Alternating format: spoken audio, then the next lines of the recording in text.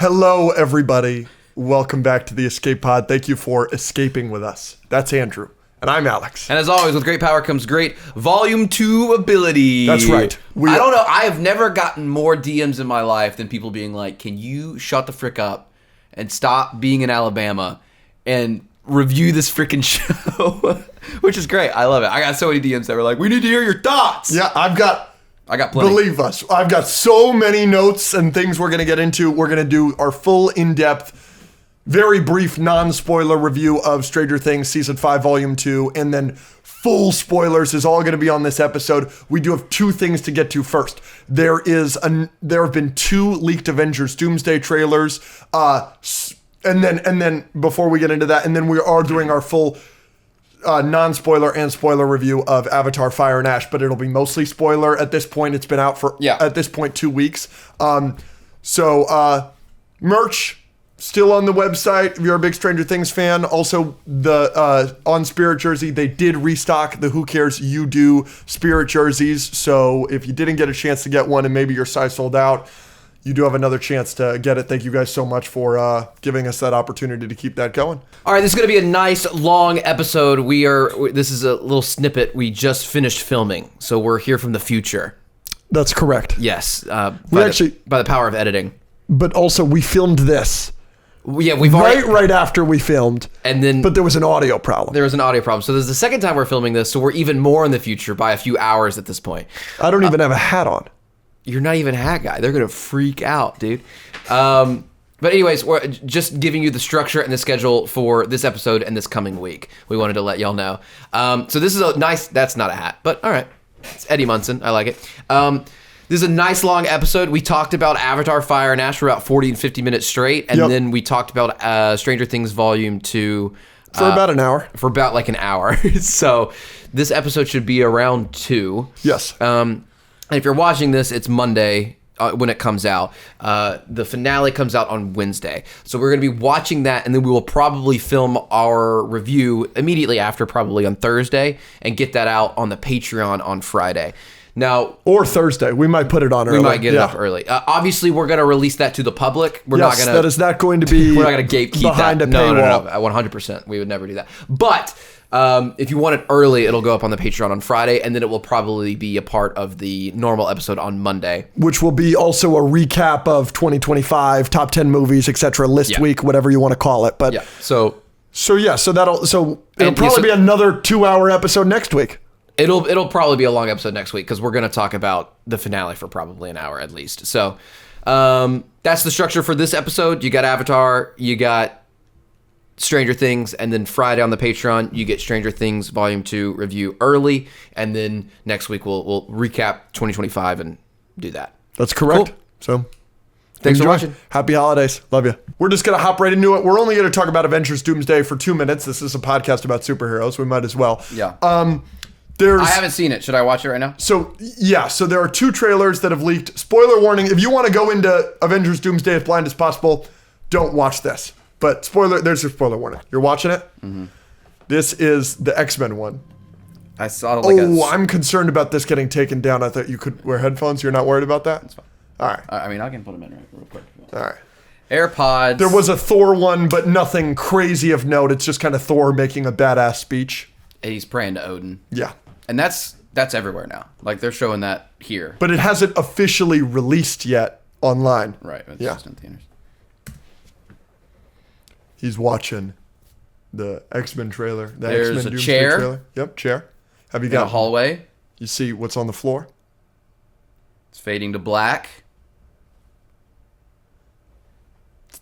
Charles Xavier School for Gifted Youngsters. That's what you just saw, I believe. Now I'm seeing that. Okay. Sorry. It seems to be. Oh, they're talking. I should probably stop talking over them. Uh-huh. I couldn't really hear it anyway. Oh, there's the chair. Uh-huh. This movie is actually going to be crazy. Mm-hmm. Like, it's going to be... Oh. Yep. Are they... I can't remember. They're both back? Yeah. Oh, and they got the Avengers music behind it? Yep. This is going to just be crazy. Yep. Oh! He's angry. That's crazy. This is just... this is the culmination of the 2000s. This movie. We're getting what we deserve. So that was your reaction to the X-Men Doomsday trailer. Yeah. Magneto with long hair. Yeah. Shout out X-Men 97 and So shout out old. that look. I liked them playing chess. The speech, I can't really hear it that well. But obviously the big part of this trailer is Cyclops in the classic X-Men costume, the blue, the yellow, and he's very upset. I do have it right here, just that part of the trailer you see in the back. Yeah. Sentinel walking. Oh. Yeah, you like that's that? gonna be not. That's gonna. Is everyone coming from different universes? So they're from a different universe? Yeah, we assume. This is gonna be like a flashback, or it's gonna be like Yeah. a 5-minute recap to get them into the movie. Probably. It's gonna be such a cluster of a movie. Yes. What does that clip make? This newest Avengers Doomsday X-Men trailer. Yes. How does it make you feel about Avengers Doomsday right now? Now that you've just watched it. So I've always said that every Avengers movie up until this point, it has just been pretty much 100% excitement. Yes. This movie is 50% excitement, 50% confusion and annoyance at what the frick's going on. Sure. I'm wondering at what point do I just give in to the stupidity and the excitement of it and just be like, all right, like whatever, dude. We got Cyclops. I have passed that point. Like, This X-Men trailer was enough for me to be like, no, the Russos are going to make this awesome. I don't know about that. There are going to be parts of it that are awesome for sure, but I don't think it's going to be like Infinity War level good. Yeah, but it's like, you know what? I have this written down. I think this X-Men trailer is kind of awesome. Like, it does make me like way more on board with Doomsday, even though the Chris Evans, Steve Rogers trailer like took me out of it almost completely. But this trailer made me realize this was never going to be Avengers 1 like we thought it was. Like you had that great point where you're like, oh, it's Avengers 1. We're just bringing all these people together. And that's why I was so upset about bringing back Steve Rogers. Like, that's why I was like, you're losing me a little bit with, no, fuck all of the new characters. But that's stupid. This is just going to be a greatest hits album, probably in the worst way. But you can use a greatest hits album potentially yeah. to bring the new characters together. I just think Sure. if you're focusing too much on the greatest hits and not the actual point of the movie, which is maybe to lead into Secret Wars and the rest of this, then Marvel's effed. Yeah, but they're doing their job. It's like the most searched movie of the last like 6 months or something, and this and that. And there are estimates to say, based on how the box office has been for Avatar, which we will get to, some people are predicting Doomsday to be the first $3 billion movie, which is something we've talked about. But now there are estimates saying that. It's expected to do however many in China and this and that. So people are responding to it positively. We'll just have to see. All publicity is good publicity, I suppose. But yeah, that's our. Let's get into Avatar and then subsequently Stranger Things. But thank you for talking to me about Avengers Doomsday briefly. You don't have to thank me for doing my job. Sorry. I know you hate when I thank you for doing things that you feel like. It's like, thank you for breathing, Andrew. I really appreciate it. It means a lot to me. I'm just being nice to my buddy. It's like, dude, this guy hates it. I'm just breathing. You want to do scores out of 10? For Avatar? Yeah. Yes. Here is our review for Avatar Fire and Ash. Here are our scores out of 10. 3, 2, 1. 9. 8 out of 10. Ooh. I didn't know you liked it that much. Yeah. Well, there's a lot to unpack here. Yes. There's a lot to unpack. Uh-huh. What do you want to unpack first? I say just spoilers. It's been out for... Yes. Spoiler warning for Avatar Fire and Ash. Love ya. Oh, let me pull up my notes. What do you want to go into negatives first? Do you want to go into positives? Let's do negatives. Sure. Yeah, absolutely. Okay. I don't think it's better than Way of Water. I think Way of Water is clearly better than Fire and Ash. Way of Water is better. Yeah. And there's one main reason for that. What is that? I know what you're going to say. I believe I have it written down as well. There's been a lot of complaints about Fire and Ash being too repetitive. Uh-huh. Do you agree with these complaints? For certain things. So I have it written down here. I think it's really derivative of Way of Water at multiple points. The final battle is a big one. That's the worst one. Yes. Like, and there are specific beats in the final battle that are the exact same. Like the okay, the climax of Way of Water is they're at the Water Tribe. Yep. Quaritch has kidnapped part of Jake Sully's family. They're on a sinking boat, and there are whales involved. Yes. That happens again. That's the exact... They're on a sinking boat with kidnapped people, and Jake's having to go in there and like try and rescue. Yeah, it's bad. And Awa saves the day again. That happens again in the final battle. And they do have that anti-gravity thing, which is cool, but it lasts for like 2 minutes. Yes. And there's also the part of the final battle where... Like, that's similar where it's okay, we're winning because we took it by surprise, and now we're losing. Yeah. And now we need Awa to get involved, and then Awa gets involved, and then we can win. That's a big part of it. And wasn't there like not a Deus Ex Machina moment, but like a big moment when what's the... Payakan shows up? the Tulkun. And then that happens again, but with like all the whales? All the Tulkun. I think it is a little bit different. I think it builds better in Way of Water, and I think it's better in Way of Water. Yeah. But sure, that's similar. But another one that I don't see, because a lot of people are talking about how similar the final battles are. A scene I haven't seen too many people think. When was the last time you saw Way of Water? It's been a while, right? Yeah, probably. Because I just rewatched it at home, and then I've seen Avatar: Fire and Ash 3 times in theaters. So we'll get to that in a minute, because I really enjoyed this movie. But there's a scene in Way of Water where Loak is out in the outskirts, far away from the Water Tribe. He's alone, and he's attacked by a force in the water that is chasing him in the water. He gets and tries to hide under rocks, and then runs out of breath and is saved by Payakan the whale, and that's how he meets Payakan the whale. That sequence happens with the squids in this movie exactly. He is out far from the Water Tribe. He needs to run away from the squids, goes away from them in rocks, runs out of breath, passes out, and he's saved by the Tulkun. Same thing. So yeah, so it is a bit derivative, isn't it? You know Alex Pop Culture Brain? Yes. My goat. Yeah, he's great. Love him.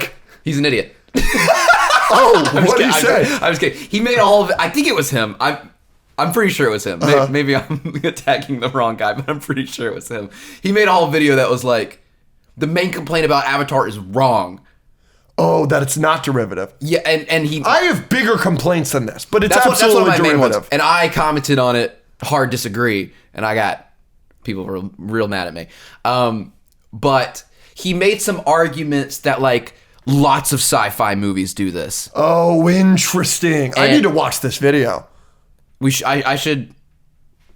I do want to say, no matter what we're saying about Alex Pop Culture Brain, I want to say, and I've DM'd this to him personally, I am his biggest fan. No, I love him. I love him. Every time he's on my For You page, it makes my day better. I love him so much. And I have a guess as to why this series is held to a higher standard than every other sci-fi fantasy or superhero story. Avatar 3 came out this week, and it's already made an impressive and predictable Yeah. We know. 145 in theater exit polls. But many of the movie's haters are calling out one major flaw. They say Avatar: Fire and Ash was too repetitive with the last film. The complaint primarily is that the film's final battle, in which the Na'vi try to stop the colonizers from killing and mining Pandora's whales, is the same conflict and setting as the last movie's climax. Jake Sully's hot. But here's why that's a bullshit complaint. Repetitive battles are literally the hallmark of science fiction, fantasy, and superhero storytelling. Then the Rebels blew up the Death Star twice. Yes, the but it's bad the second time. Twice. Harry faces Voldemort at the end of almost every book. How many times has Superman fought Lex Luthor on screen? Or how about Batman and the Joker? Why did these movies get a pass? Okay. None of those are good examples in my brain, except the Death Star one. But that's like the biggest critique of Return of the Jedi. That and the Ewoks. Right, that one I'll give you. But all the rest are like, okay, we defeated Thanos twice. One was on... Well, we didn't really. We fought him twice. Once we lost, once we didn't. Yes, correct. One was on Titan, where he fought Doctor Strange and Iron Man, and the other one, it was a huge battle on Earth. Yes, correct. Completely different. Correct. And we had 4 Avengers movies, 2 of which had Thanos. Yes. 2 of which didn't. We've had 3 Avatar movies, all 3 have had Quaritch. Yes, but I'm not. Quaritch isn't the part of it that I'm bothered by. I'm just saying. I think, and like every like this is a great point by you that you're bringing up. The Harry facing Voldemort. It's in a different setting and different context every time. Every time. So he doesn't fight Voldemort in the third one. He fights Voldemort technically because he's on the back of Quirrell's head in one. Yeah, but that's not the same. The memory of him, which is, then we find out the Horcrux, but he's mainly fighting the snake in the second one. He doesn't fight him in the third one. In the fourth one, he gets completely outmatched and needs to run away because it was a whole trap to get him there in the And there's a whole resurrection graveyard scene. Yes. The fifth one, he doesn't really fight him. He watches Dumbledore fight him, and Dumbledore kicks Voldemort's ass. Sixth one, he fights Snape, kind of. Not really, though. And yeah, Voldemort isn't in the final battle of the sixth one. And then there's like, so that's like, I would agree with that more if there were like 3 Harry Potter movies in a row where they're fighting specifically at Hogwarts, and Voldemort is attacking Hogwarts with the same exact crew that he was attacking them with before. Yeah. And like, to bring it, the setting is the same. The conflict is the same. And like, Voldemort kidnapped Hermione and Ron and then did it the next movie. And then like, that would be way too similar. I don't think just because it's a big battle and there are reoccurring villains gives Avatar a pass. Also, we didn't let his video finish, so go watch Alex. Support Alex. This is no hate to Alex. You brought this up, by the way. I'm still a stan of his. But I do disagree with him on this point. And you know, we're a superhero podcast, so let's put together the Thanos of it all in MCU. Mm-hmm. This is like if the final battle in Infinity War was everybody on Wakanda, just like it is in Endgame. Yeah. Nobody was there in Wakanda, and then a Deus Ex Machina happens and everybody shows up all at once. And there's a moment where Captain America, Thor, and Iron Man all fight Thanos in a 3v1. Yep. And there is an A-Force moment in Infinity War and Endgame, so keep that. But that's what this is like. Right. It's specific beats and the setting is the same, and there's so many similarities. Yeah, it's not just, oh, we're fighting Thanos multiple times. It is, the location is the exact same. The conflict is the exact same. Like, the whales being the same. The kidnapping being the same. We're on a literal sinking boat, which is the same exact kind of boat. Like, is Thor's arrival to Wakanda similar enough to the portal scene? No. Okay. No. Some people might comment one guy, I guess 3. But really one showing guy. up. Groot and Rocket are moving the needle. No, sure. That's completely. No, I think that's a fair criticism. It is by far not even close to being my biggest criticism of the movie. Do you want to do another one? Go ahead. Yeah. Go follow Alex. Yes. I want to hear your take on this. Okay. At a certain point in Fire and Ash, it became very apparent to me that this is like very clearly was never supposed to be the last one. But halfway through making the movie, Cameron was like, oh, this might be the last one. And so they add things in that I feel like really screw with the movie. Like, and then there are things that like are left open that it's like, so I'll give you an example. So Way of Water is very clearly not the last one. Yeah. Because it's obviously not. Fire and Ash has come out. But like things like, and I saw an interview recently where James Cameron said that the return of Taruk Makto was supposed to be in the 4th Avatar movie. And then they moved it to the 3rd. Things like that feel like, oh, this is the final one. And doing a final battle the way they did it feels like the final one. But then they were, in my opinion, clearly setting things up like Varang and Neytiri never have a final battle. I think that was clearly set up. And there are things like that, and Quaritch's inner turmoil. But then, did he kill himself at the end? We don't know, right? And so there are things like that where it's like, you ended it so that if this is the last one, we're probably going to be fine. You didn't end on any crazy cliffhangers because you ended on cliffhangers in Way of Water. But like, the movie is not structured like it should be the last one up until the final battle. Do you feel what I'm saying? Yes, I'm picking up what you're laying down. Yeah. I agree. I think there are some things, it's like soft cliffhangers. Yeah. You know, it's like he wrapped it up enough where like, yeah, if it was the end, but like there are things that I would still love answered. Like, yeah, is Quaritch dead? Like, I'd love to see more of Varang. Yep. Like, you know, yeah. So, no, I agree. Yeah, and the what was it called? The Turok Makto. Turok Makto. Yeah, that thing. That coming back was like a little like, oh, okay. Yeah, like that it was a little forced. That could have been set up better. Yes. I wasn't as hype as I wanted to be with Yes. that. So yeah, I agree. Yeah. You got any other problems? Yeah, it's a little too long. Yep. But that's my one problem with Way of Water. Sure. Yeah. And this one's longer. And this one's longer. Yeah. And I always, when movies are this long, I do still like to point out the fact that like I still was entertained the whole time. Absolutely. And if you're gonna have like almost a 3.5 hour movie and you're able to do that, that's impressive. Yep. But it still could have been shorter. Yep. Absolutely. Neytiri. Oh, this is a negative. Yes. We might have the same negative, and if we do, I'm gonna kiss you. I'm gonna kiss you on the mouth. Okay, I'm gonna say a sentence. Yeah. And if it makes you horny, Yeah. you just give me a nod. Yeah. Okay. Yeah. Dude, I hope I friggin' get a bullseye on this one. I'm even gonna use your terminology. Here we go. Neytiri's turn in regards to Spider was not earned. Frick! I wanted a kiss, bro. No, this isn't my point, but it has to do with it. Okay, I was close. Can I get like a little, You want to peck? like a hand job later? Absolutely. I don't know how I failed, but then I went from getting a kiss to a hand job. But, you know, it's called negotiation tactics. What's yours? I've got this written down, and I think I like what I wrote down, so I'm just going to read it. Okay.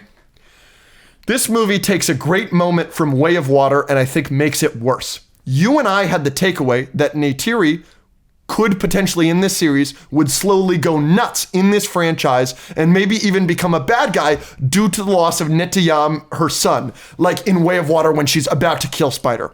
But this movie doesn't really go that route, and it seems much more that the threatening of Spider was due to her tremendous racism to humans, which is really fleshed out in this movie. And to me, that is so boring because yes, of course she hates humans because they're always fucking with her and Pandora, but it's also not that interesting because she is literally married to Jake. So how racist can she be?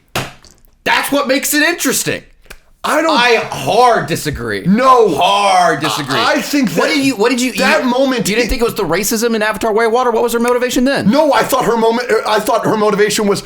My son just died, and she's going fucking nuts, and she's threatening people that she loves. But the only person she's threatening is the human because she blames all humans for that. That's the racism. There's not really a moment in Way of Water where she doesn't like Spider, but then they go full. She doesn't like Spider in Way of Water because he's a human. There is a moment that led us to thinking she was a psycho because she freaking hates humans at the end. I think it's more interesting if she hates I think it's more interesting if she just starts hating everybody and starts to tear apart their marriage over the death of her son. And the start of that was almost killing Spider. I think that's way more interesting than her just being a racist. Terrible. I disagree with you. I disagree with you completely. Well, I don't understand how you watch the end of Way of Water and you're like, oh, she just hates everyone. No, the whole point was... No, I think that she's going to start to hate everyone, and it was starting with Spider, and I thought that was interesting. Well, it's starting with Spider because she hates humans. Yeah, but then I think that'd be more She's interesting... She's not going to threaten her own people. But what if she did? That's so interesting. Why would she do that? Because she's depressed. Her whole life is getting effed by humans. And then that makes it so interesting in Fire and Ash when she has that conversation that is tearing apart her marriage because he literally brings up, do you hate the part of me that's human and your kids? And she kind of is like, yeah. That's mad interesting in terms of their relationship. It's a great scene. It's a great scene. I freaking loved that. But so you don't think... At what point do we see Neytiri go, oh, Spider's a good guy? He does fully save Jake's life. He saves people all the time. He does that earlier in the movie. He's constantly looking out for her children. He helped save them in the last movie. He has done nothing but be a good person. Yeah. I'm disappointed that there's not a moment in this movie where we find out that he saved Quaritch. Oh, interesting. Where Jake and Neytiri find out that he's the reason Quaritch is alive. That would have been great, and that's, I think, a big missed opportunity that they didn't explore. I'll give you that in that 3 hour and 15-minute movie. So I don't hate your point that it's not earned her change, but I think it's okay because her acting in the scene where she's washing off the red face paint and it looks like blood in the water, and she's like, I have this kid's blood on my hands. I think that's really compelling. I like the visual of it. I really like that. So, but I don't hate your take. I like the visual of that. I hate that you don't like my take. I'm sorry. It's okay. Continue. You don't have to give me the You hand- like the you visual don't have of to it, give me but the you don't hand think it's job earned. Go into detail here. Like, yeah, I think that visual was great because that's clearly what that was meaning. Yeah. And you could see the realization on her face, and the acting is great and everything. But, like, the whole time I was just thinking, like, there's been no moment in this movie for her to turn nothing. Yeah. Like, okay, yeah, he helped Jake escape, but so did that other human. Sure. And Jake kind of just escaped with Spider. Yeah. But I feel like Spider's done that for the past 2 movies. Sure, He's done stuff like that. One of my big positives is a moment that Spider has in this movie. And Yeah. so that we'll get to that. But so you're right. He is always saving her. Also, like, I understand. I don't think either of them were necessarily earned. I don't think Jake's turn to killing him was necessarily earned either. I understand the motivation being like, oh, they're going to keep hunting us. They want this kid because they need to study him. And if we have them, they're going to keep coming after us. They're coming after you anyways, number one. You've dealt with that for 2 movies. And you've never once considered sacrificing anyone. You went to the Water Tribe, and they came and they effed up the Water Tribe, and you weren't...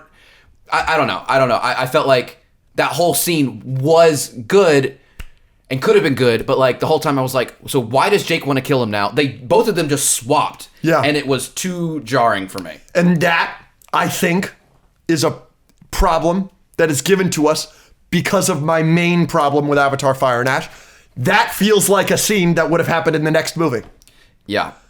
But you want it. It's a great scene, and I know James Cameron was like, I really want to do this. And it's a great scene, and the visual of her, everything about it is fucking amazing, except you're right, it doesn't feel very earned, and that's because I feel like they're shoving a lot of shit into this movie.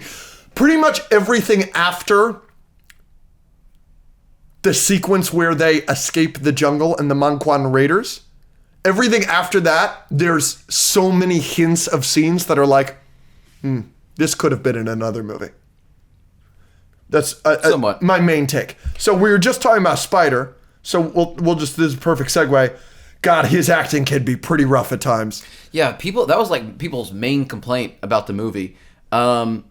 Sure, I guess. I just kind of felt like that was just his character. Like, that's how he is. You know what I mean? I don't know. Like, I understand what you're saying, and I do think poor Jack Champion is at a tremendous disadvantage because the Na'vi people are so expressive. Yeah. So it really singles him And out. have you seen the BTS? Homie's literally acting next to like a pole. Also true. Also true. I guess they all are. But Zoe Saldana and Sam Worthington give Oscar-worthy performances in this movie, so I'm not really going to give it to you. Do you think Jake Sully, his acting seems better in Way of Water and Fire and Ash as opposed to the first movie because he's an Avatar? And he's more animated? Yeah. See, look, I'm giving Jack Champion the grace because he is... The Na'vi are so much more expressive than humans. Yeah. So I do feel bad for him. But yes, I can breathe the air! I can breathe the air! That's a bad scene. He is acting very poorly in that scene. And a lot of people talk about the scene we just talked about where Jake is about to kill him. And I think the line... Yeah, I think I think the line is really devastating of, I know I have to go to AWA now, but just tell me, do you love me? That is a devastating line, and I've seen the movie 3 times in theaters. Yeah. And I didn't notice his poor acting the first time. Yeah. But so I really looked for it the second and third time, and that line is a devastating line that I think could have been delivered much, much better. It is a good... I feel like he was given some poor dialogue, which also I think attributed Sure. to...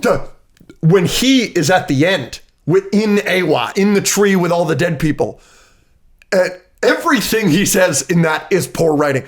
Shit. Like, he just says shit. It's bad. Yeah, doesn't he say like bro and stuff a lot? They say something to him. They're like, you will live in AWA now forever or something like that. And he's like, oh shit. Like, it's so bad. Like, that's bad writing. What is he supposed to do with that? Yeah. But no, I agree that scene, yeah, the acting maybe could have. I've only seen it once, so I think I probably would notice it more on second or third. Yeah. But I don't remember watching through it the first time and coming out being like, yo, freaking. Spider sucked. I didn't either the first time. It was only because people said it. Yeah. Spider was a highlight for me in Avatar. I like his character a lot, and I know some people find him annoying, and they don't like the acting from the actor.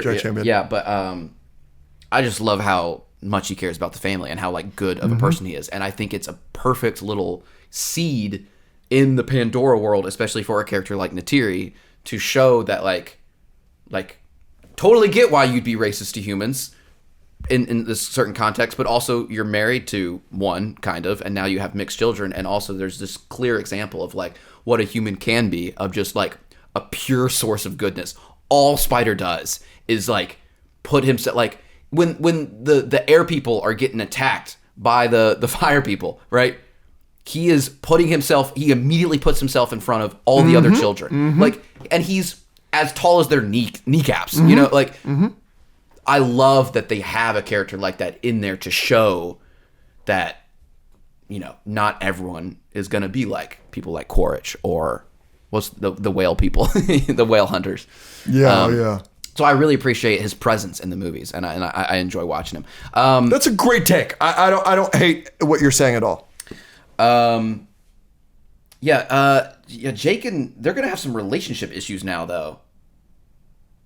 Neytiri and Jake. No, well, yes, but I'm talking about Spider and them, because when they're about to f him up. Dude. If they find out that he saved Quaritch. No.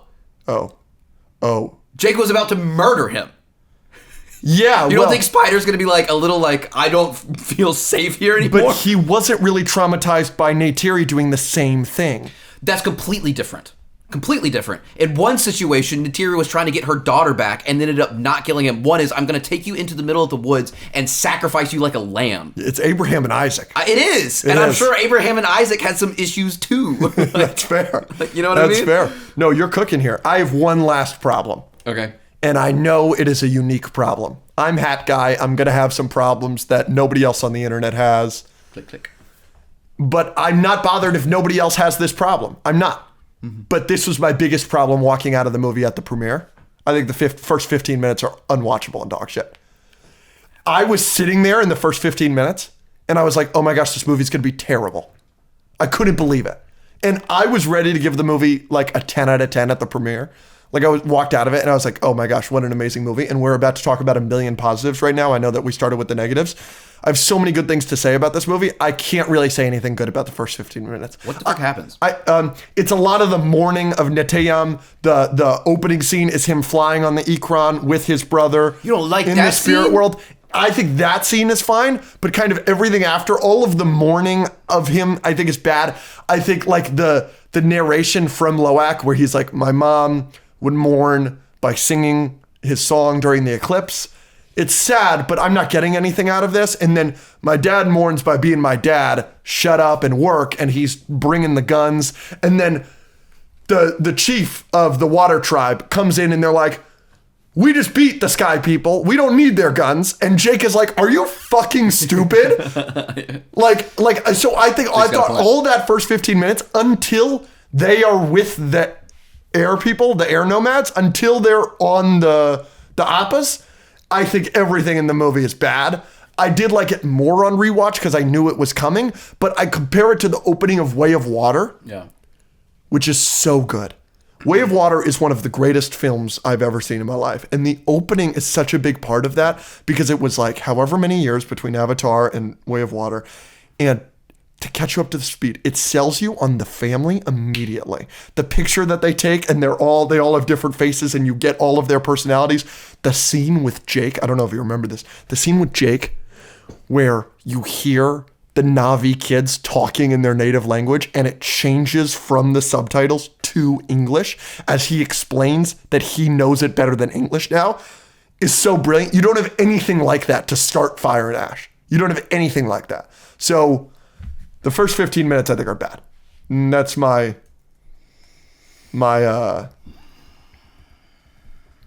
all my negatives. Do you have any more negatives? Nope. Shall we go into positives? Yes. Go.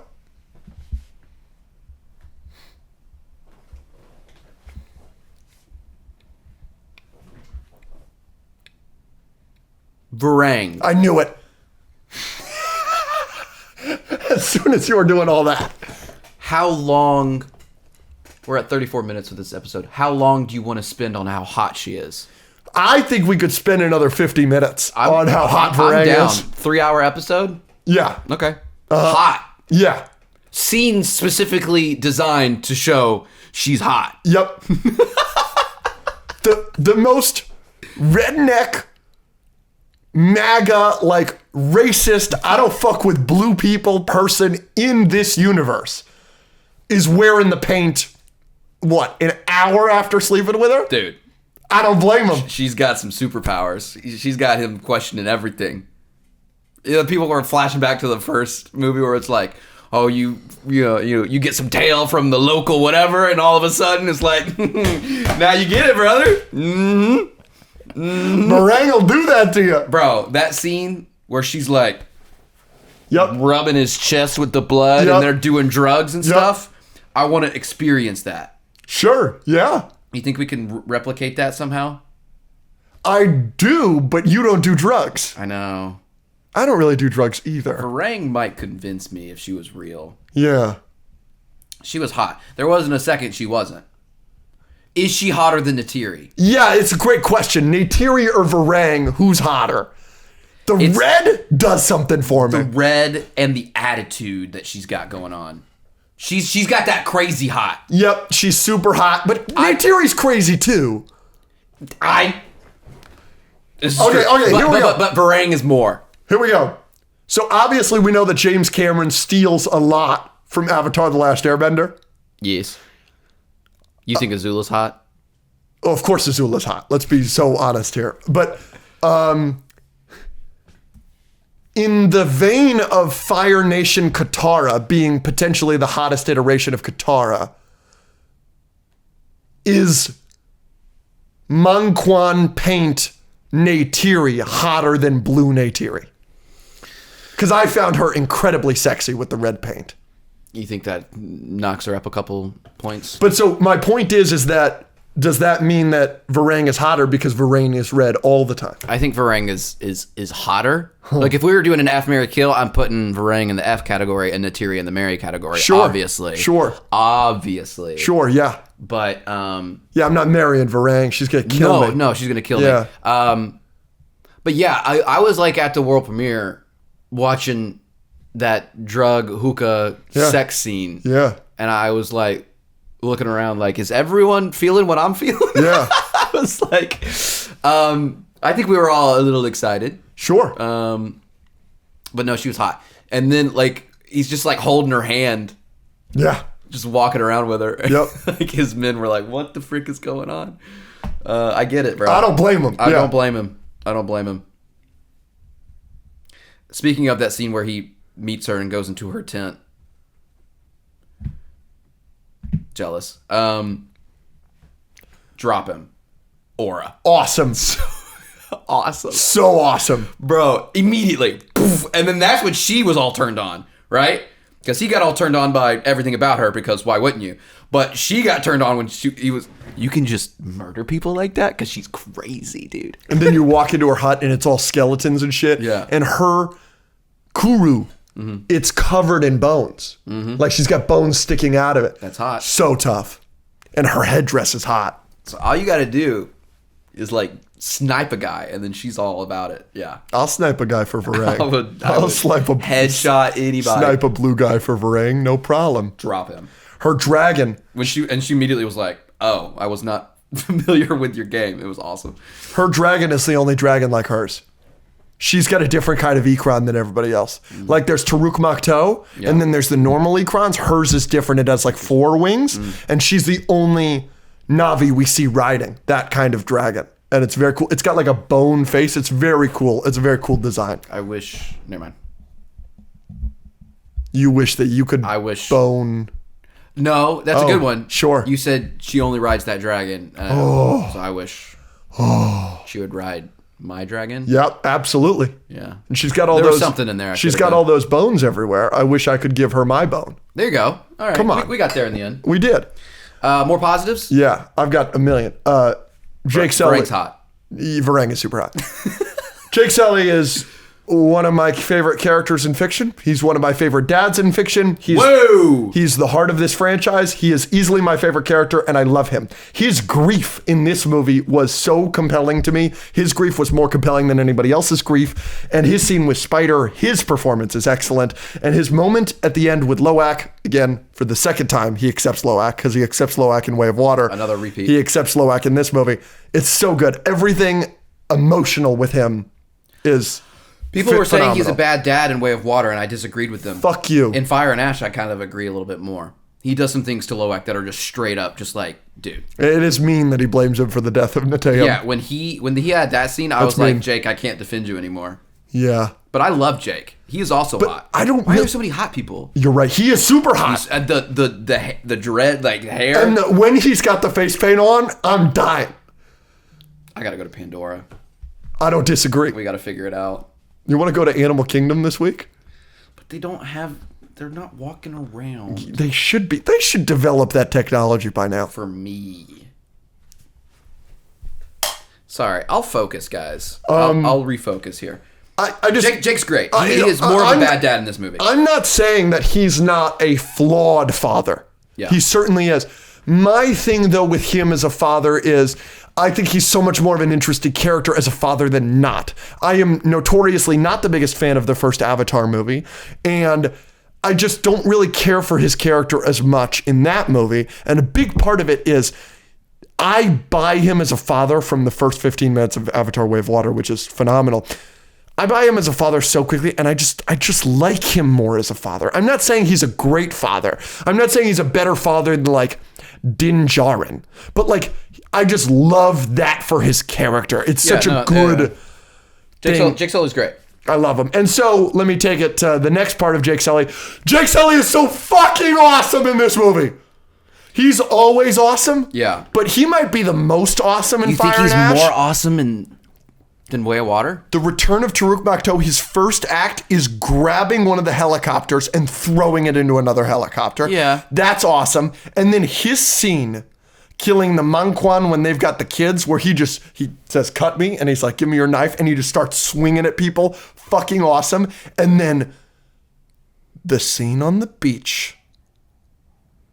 Maybe my favorite scene in the movie. And I love Neytiri in that scene too. So good. Both of them. She was ready to die. We will get to Neytiri literally in a second, but like this of him, you get me.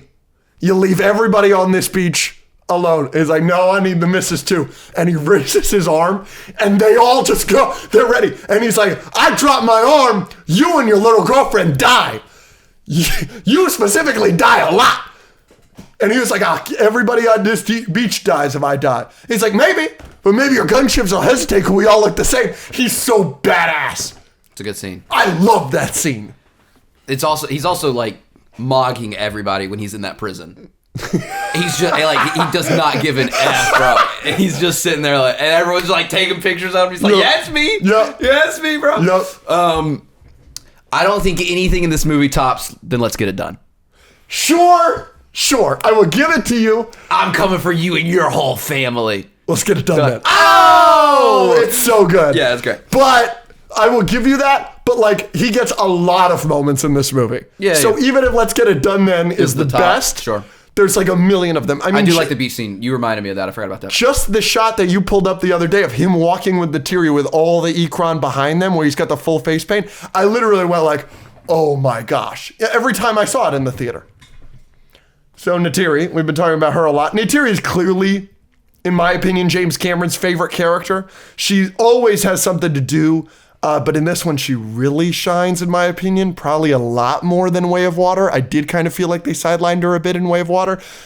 Her rescue of Jake and Spider is the second best sequence in the movie. It's so awesome. Her going stealth mode and just infiltrating, like... What is she, freaking Ethan Hunt? It was awesome. When it started, so cool. When it started, we like leaned up, we were locked in, and then she. I'm getting emotional. When do we start putting her in the conversation with like Legolas and Robin Hood? Sure, yeah.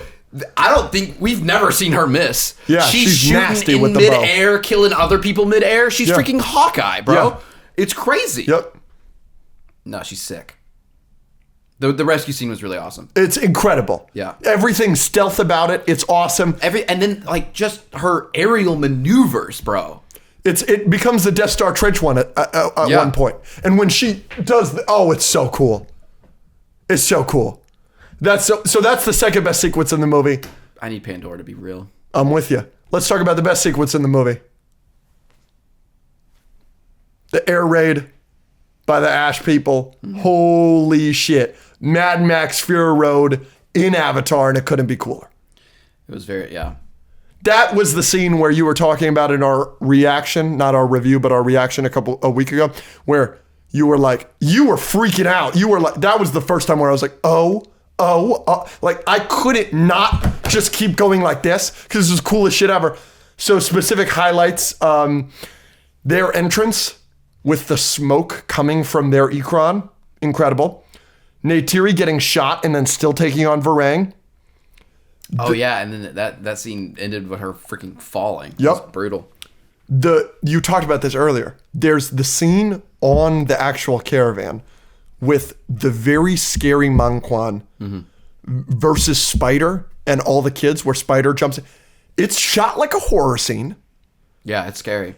And that Manquan, the design of all the Manquan are horrifying. Like, that's the scariest shit I've seen in a movie this year. Like Alien Romulus Offspring level scary, some of those designs. They are horrifying. And that one specifically, I think, is the scariest. And to see him arrow it in the heart and he's still coming for you. And the way it's shot, it's kind of slow-mo. Horrifying. That's a major highlight. But obviously, the Manquan kamikaze is probably my favorite single moment in the movie. Why? Varang. Woo! And he goes, and she goes, I am the fire. Lights him on fire, nosedives, and kamikazes to blow Jake up and that whole caravan up. It's the coolest shit I've ever seen in my life. Okay. I like, that was the first moment where I went, oh my gosh, this is the greatest movie of all time, after I had hated the first 15 minutes. But that scene is just amazing. It's got some good stuff. Yeah, so obviously piggybacking off of that, the visuals in Avatar Fire and Ash are just insane. But we know that, right? We talked about that in our reaction. Everyone talks about the visuals in the Avatar movies. There were a few times where it's like, I guess they do this in every Avatar movie, but there are a few scenes where it's like the visuals for the whole movie throughout the movie look great. But then there are some moments where it's like, oh, you took the awesome visuals that were already awesome and then layered on top of it another just like the way you framed it and like colored it, like the fire arrows coming up in the forest in the background and then coming into the foreground, stuff like that, where it was like James Cameron obviously had that vision and cared a little bit more and just did something freaking awesome. So that was fun to kind of get those moments throughout the movie. The visuals were really great. It somehow looks better than Way of Water. Yeah. Which feels like that would be impossible. Mm-hmm. But it is the best looking Avatar movie. It's maybe the best looking movie of all time. There's some really great moments. Another highlight, the sequence immediately after the air raid. The kids are kidnapped and Quaritch and Jake have to work together, which allows for their relationship this entire movie, which is fucking wonderful. It's fucking awesome. And I loved every second of that wrinkle in this movie. Do you think Quaritch is eventually going to Darth Vader sacrifice himself or come around? Or I want to say something sad as a response to this. Stephen Lang is 71. You can't have this character without him. You cannot recast him. And unfortunately, we were at the premiere, and unfortunately, he did look every bit of 71. Mm-hmm. And so I think his ending in Fire and Ash was as respect to the actor. I think that they're definitely going to make another one because this movie's going to make an exuberant amount of money. And so they're definitely going to make another one. And I think that was preparing for a possibility that Stephen Lang maybe wouldn't want to do another one. Mm-hmm. So I think that's why his death, his scene, his jump off scene is so up to interpretation and so vague because 100% Varang could have picked him up. 100%. You could show that in the next movie and then he's alive for the next one, no problem. But 100% we can explain that away as his death, you know? Right. Yeah, you can do either. So I think if he does come back and they do another film with Quaritch, I do think he will have a redemption arc.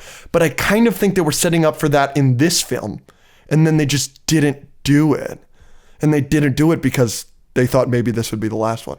That's, again, goes back to my same problem. Right. Yeah, I know we talked about Varang being hot, but Varang was a highlight in Avatar Fire and Ash. No question about it. Not just because I want her to do whatever she wants to me. Absolutely. And stick hookah drugs into my nose and... Taste my blood. And taste my blood and wipe it on my chest. And any or all of that. Multiple times. Every day. But... You're cooking right now. Other than that aspect of the movie, she's hot. Did we mention that she's pretty sexy? Yeah, other than the fact that she's drop dead, sexy, hot, gorgeous. She's hot. Podcast about Varang, by the way. She is just a great addition to Absolutely. the movie. And I think I agree with the...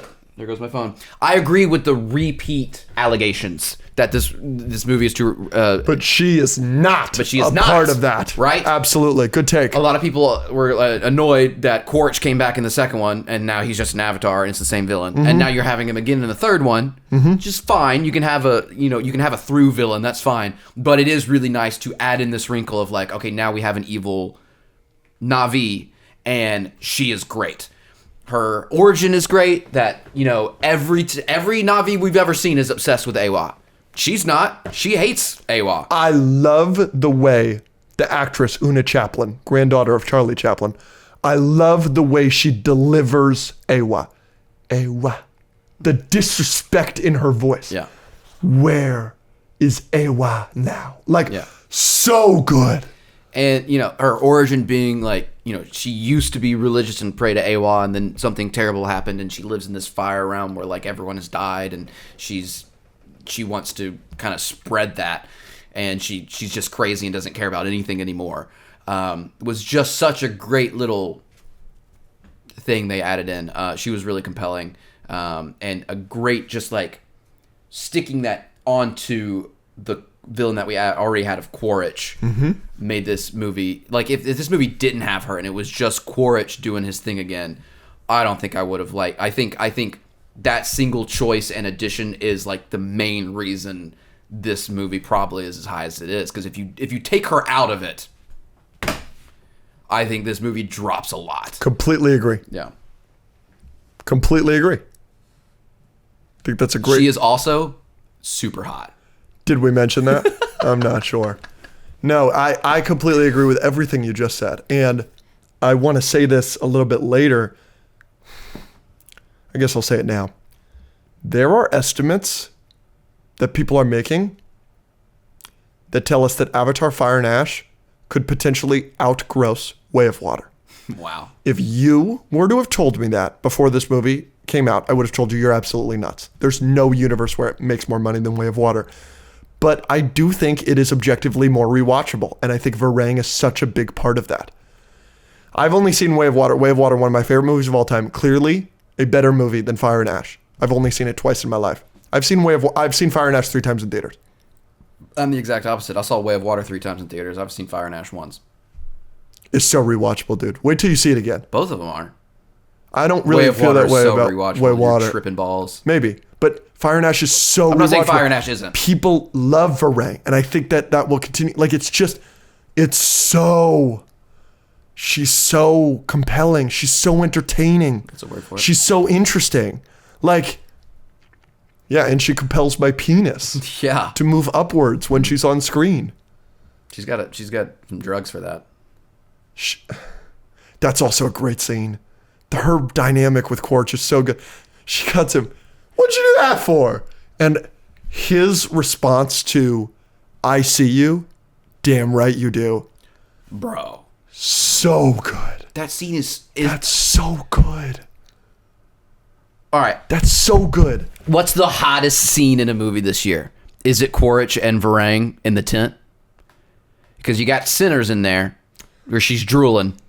Sinners is hotter than that. I don't know, man. I see you. Damn right you do. Like... But they don't even fuck in that tent. You think? They fuck later, though. So you're saying that was their first time? Either way. You think he put his tail in her tail? She's so hot. What else? It's those two. It's between those two, right? What else is... What are we missing? There's nothing that's hot. That's nothing hotter than Varang. Gwyneth Paltrow, Timothy Chalamet, and Marty Supreme. It's good. They had some good ones. It's not beating this. No. Anything else about Avatar? Yeah, a couple more things. You agree that we will get an Avatar 4 and 5? I sure hope so. Me too. That was one of my main takeaways coming out of Fire and Ash is like, I just want more of this world. More. I want more because I feel like there's still so much you could do. And with Fire and Ash being so repetitive and it still being a 9 out of 10 for me, it's like, please give me 4 and 5. Mm-hmm. Please. Quaritch, dead or not, we already talked about that. You think we're going to get a proper 1v1? So this is if there is a sequel. You think we'll get a proper 1v1 with Neytiri and Varang? Sign me the I F want up. it more. I want it more legitimately than breathing. Like I need it more than oxygen. I'd cut off my right arm for that. I need my right arm for the scene. I'd cut off my left arm. That was a good joke. Thank you. That was a good one. Thank you. That was really good. Thank you. Will Kiri continue to grow more powerful? I sure hope so. It's a good scene. Now that we've seen her Awa's baby face. What's with the side weird, eye? Weird. Very weird. I don't care though. I don't care. How about her with the Dune voice? Oh, yeah. Put him down.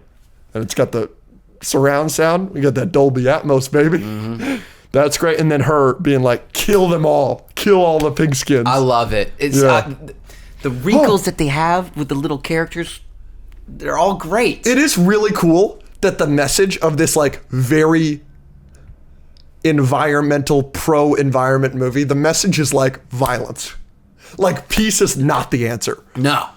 I do think that's awesome. Like, yeah. I love James Cameron. I love him so much. I forget that he is like my second or third favorite director. He's moving up. I saw some like moments or interviews with him like a few years ago that were like, he seemed kind of obnoxious to me. Yeah, sure. But I've seen some interviews recently where he just seems like he really knows what he's talking about, and he like was really interested in these interviews and these questions, and he was like really complimentary to the people he was talking to, and seeing him behind the scenes, I don't know.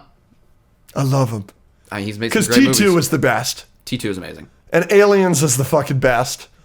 Titanic is great. I haven't seen Titanic. Way of Water is the greatest movie of all time, and Fire and Ash is awesome. Yeah. Fire and Ash, I did feel very much. This is his end game, I felt like. Like, it's like if Way of Water's Infinity War. This is Endgame. Like, I just felt like, yeah, it's not as good, but it's got amazing, amazing moments. Give me 4 and 5. Yeah. How serious is the romance between Kiri and Spider? Yeah, was that weird for you? Well, she's 70. Now, did you hear? What? Sigourney Weaver is 70. Jack Champion at the time was like 15. Yeah, but they didn't kiss. You're correct. They used doubles. Yeah. I don't care about that. I'm talking about the characters. I thought it was kind of cute. In the theater, I was grossed out because I was thinking it was Sigourney Weaver. Now that I've known that it was doubles, I do feel better about it. I don't know. Didn't they grow up as siblings? Define grow up. How long has Spider been there? Since a baby. He was a baby. Oh, really? Yeah, babies can't go in cryo, dumbass. That's the line. Yeah. Yeah, from Way of Water. Yeah, I keep forgetting how Spider has shown up. Yeah.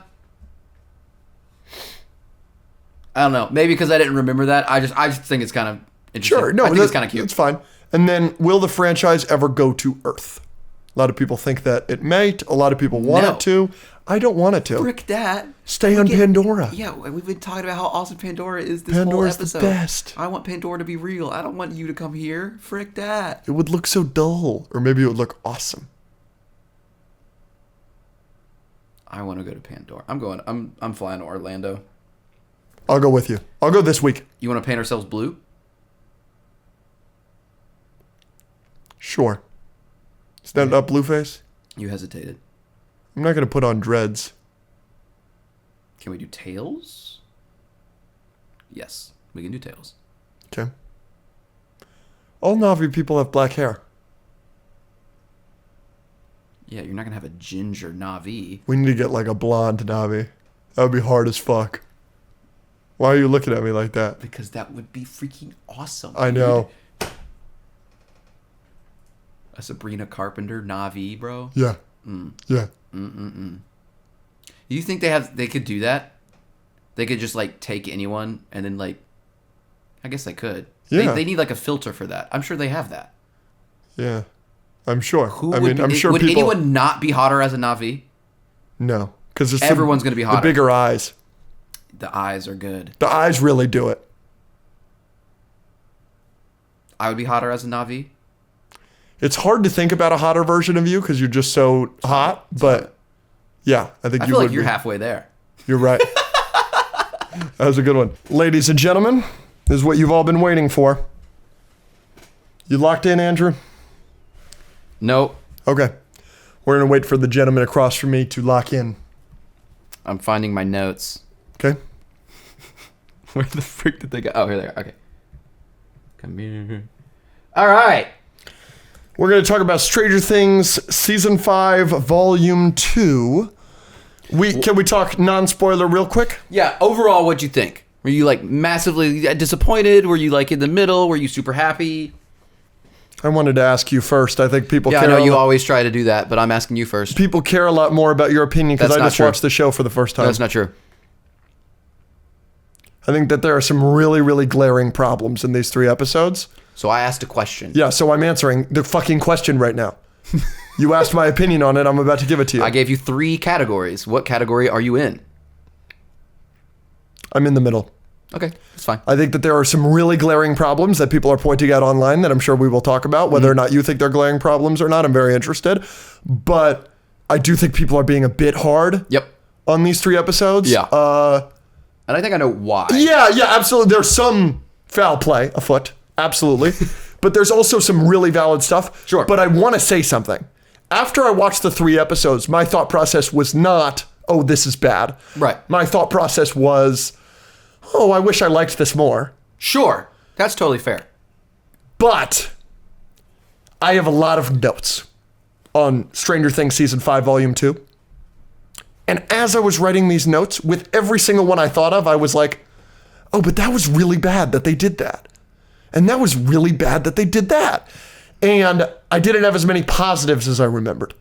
So I might want to rewatch these 3 episodes and see if maybe I am feeling closer to the general public. I don't know. And maybe you'll convince me otherwise, or maybe you'll convince me the other way. Before I ask you what you think. Oh, yeah, F me. The public is, oh, I guess we don't need to talk about this. No, we don't. What do you think? Nice. Well, I don't necessarily think the general public is all negative on it. I think there are some people that definitely are negative on it, but there are a lot of people that are... I have not seen a TikTok that was positive on it, and the TikToks I've seen that are negative on it have like millions of views and thousands upon thousands of likes and support comments. That's because that's your FYP and your algorithm, you negative Nancy. Sure. You like that Stranger Things reference? Yeah, I like that, yeah. Overall, I'm good. I'm happy. There are problems, 100%, and we can talk about those. I think I like what you said, where I watched it and I was not disappointed. There were parts where I was like, oh, I wish I liked this better. But I think the main thing it did was just make me more excited for the finale. It did do that. Yeah. It did do that. That's one of my biggest positives. Yeah, and I think that's what the point of these 3 episodes were. You know, episode 7 was not meant to be the finale. Episode 8 is, right? So, do you want to get in? I don't really have anything much to say that isn't spoilers. So yeah, I didn't think it was great. Definitely not as good as Volume 1. I think Volume 1 was probably better. But I didn't think it was the worst thing in the world. Is it the worst thing in the show, though? What, specifically? The volume? Like, if we're talking about Season 1, Season 2, Season 3, Season 4... Volume 1 of Season 5, Volume 2 of Season 5. I think that it probably is. I don't know. That seems weird to try and split. Like, is this 3 episodes worse than the entirety of Season 1? Yeah, of course. Like, I don't know how to answer that. Okay, no problem. But, yeah, I see what you're saying. We can't really talk much more about it without spoilers, so I say we just hop into spoilers. So, spoiler warning for Season 5, Volume 2 of Stranger Things. So for starters, I owe you $100. Yeah. Because you're stupid. Can I tell you something? Uh-huh. I think that's the biggest problem. Is What? that I owe you $100. It's the biggest problem with the show. I don't even remember what it was. Our bet was that I thought that they were going to kill Callie 8 within the first episode of reintroducing her.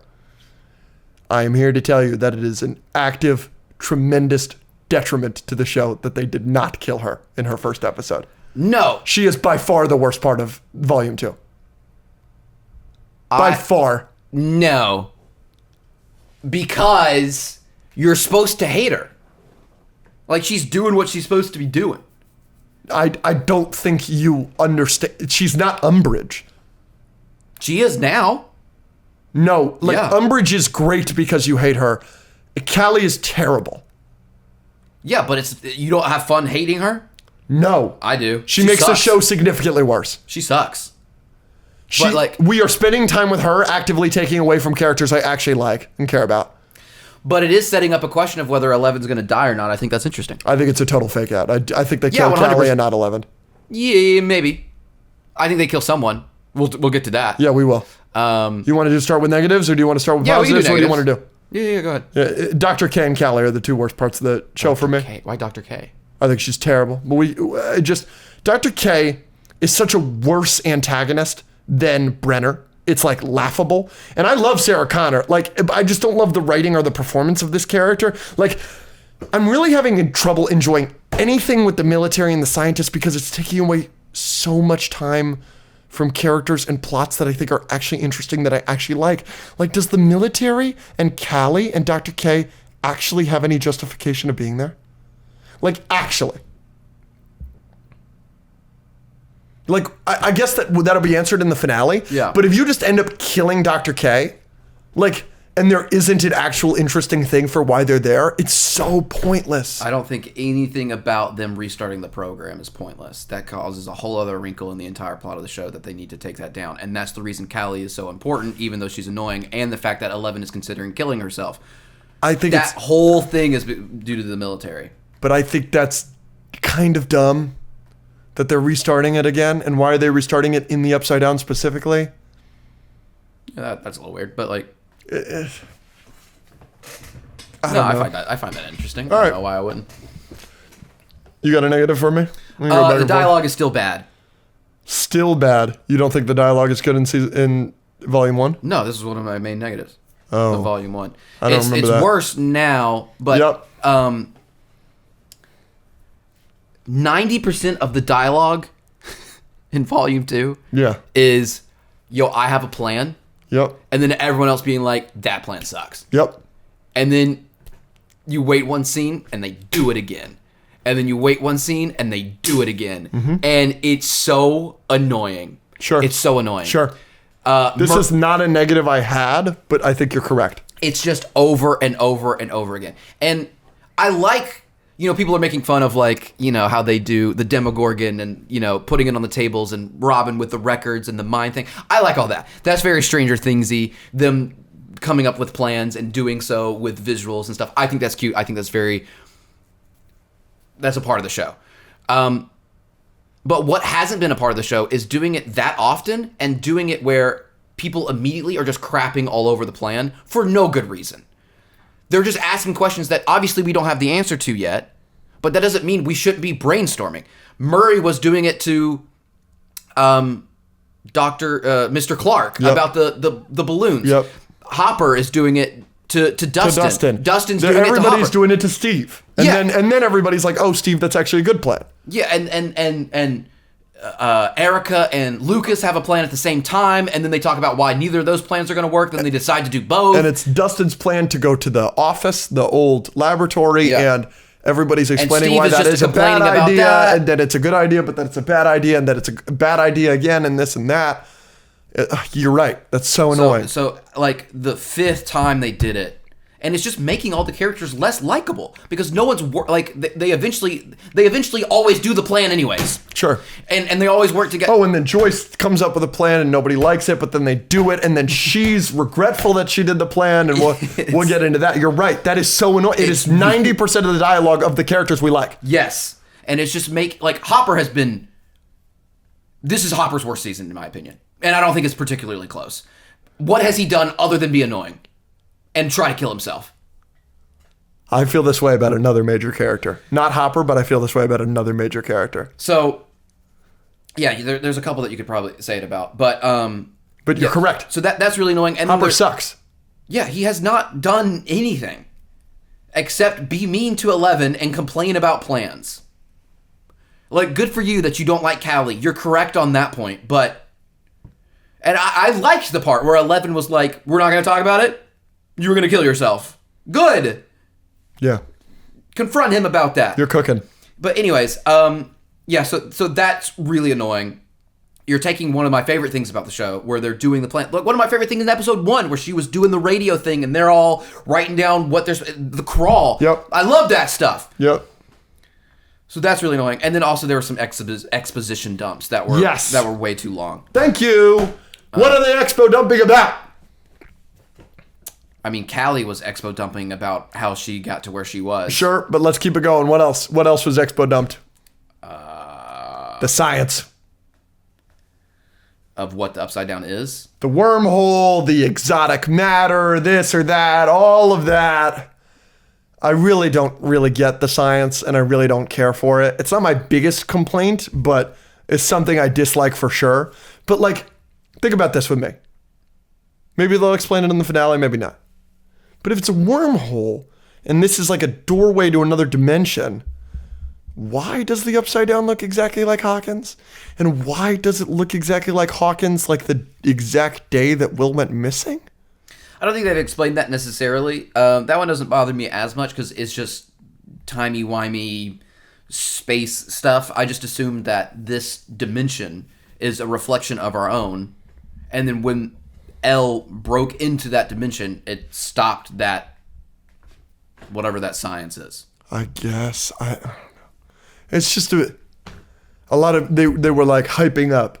We're explaining what the Upside Down is. I think that explanation is kind of cool. I was just like I wasn't, it's not like a negative for me. It is a negative for me, but it's not a major one. I have much, much bigger ones. But that one, I was just like, I don't know. Where did the exotic matter come from? I don't know. Because Renner created it? Correct, but where? In the Upside Down, I guess. But we've never seen Brenner in the Upside Down. And I don't know. But there's a ton of plot holes. There's a shit ton. Like, we always talk about it, and I don't mind this, but the Duffer Brothers have no idea what they're doing. They are flying by the seat of their pants. This idea that they've had this planned out since day one is total horseshit, and there's the thing with the Will's birthday that nobody acknowledges that everybody brings up. But there's things like Max has no idea that Hopper's alive. That was her first time seeing Hopper. Because she went into her coma before it was revealed that Hopper was back. So she should be shocked when she breaks out of the coma that Hopper's around. But she's not. Like, they don't think about any of this stuff. I don't think that matters. Yeah. But so my point is if they're now explaining that Brenner's been in the Upside Down and that doesn't really make sense, that's not going to bother me. Because that bothers me. I think that's fair, but that's not going to bother me because I don't get it. You know, I don't care because they break their own lore all the time. It's not like Star Wars. Yeah, but not remembering that it's Will's birthday or not showing Max have a reaction to Hopper is not the same as the exotic matter that we're using in the finale to blow up the Upside Down, not explaining where that came from and just saying that Dr. Brenner did it, but Dr. Brenner's, we've never seen him in the Upside Down. That's way bigger of something that needs to be explained. I agree with your point that it is like a bigger thing to the plot, but to me, they are the same. Like, to me, when I'm watching the show, I think about it all the same. Like, I just... How? Stranger Things has kind of become a turn your brain off show for me. Like, I don't think too hard about it. Because I do think if you think too hard about it, you're going to come up with a million plot holes. I mean, I'm sure there are a lot, or some. I think they explained a lot of things in this volume too, and I like most of that. I like the wormhole thing. I like the exotic matter. Like, I like our plan. I like that there's Dimension X. I like what they explain. We finally figured out what Vecna's been trying to do this whole time. Like, that is very satisfying, and I'm glad they did that. That's much better than not answering it or not explaining any of that. That is a good thing. That's a positive that happened in Volume 2. But something like, this exotic matter got put here, and I don't know how, maybe it was just created when 11 created that universe. That's what I originally thought. But anyways. You want to get another negative? Everyone's talking about this. Holly and Max not running to escape pissed me off. It's so annoying. I'm in complete disagreement with I you. knew you would be. I wrote this down as a positive of mine. Why? Let me find this. Yeah. I disagree with the public about leaving Vecna's mind. You guys are making fun of Holly and Max for taking their sweet time leaving. But I don't interpret the scene like that. Like, this is a scene of an internal battle in their own minds that they're showing them running or walking through the portal. Max didn't get out the first time, not because Vecna got there in time, but because she didn't feel what she needed to feel about Lucas or herself. It's not like this ticking clock and he'll show up all of a sudden. I do think this complaint is a bit dumb. I think it's all about like finding what they need to find within themselves to get out of there. It's both. It's not like, oh, if they run out, they're going to beat Vecna. Vecna's going to find them eventually. I don't think that's what it is. Then why did Will scream run? Why is Vecna actually chasing them? Why have the whole labyrinth thing that they have to physically figure out?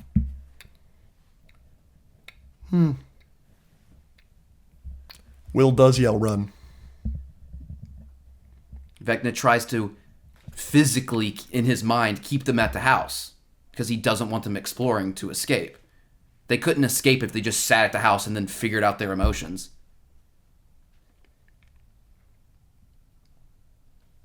And I think there is an explanation for Max having to give Holly that speech because, to your point, she did need to figure out that she is Holly the heroic and create her own portal. But I think you could have done it a lot better. Sure. All right. A lot of people are talking about that. That's not a complaint I have, but... Because it wasn't just Holly talking to Max about the portal.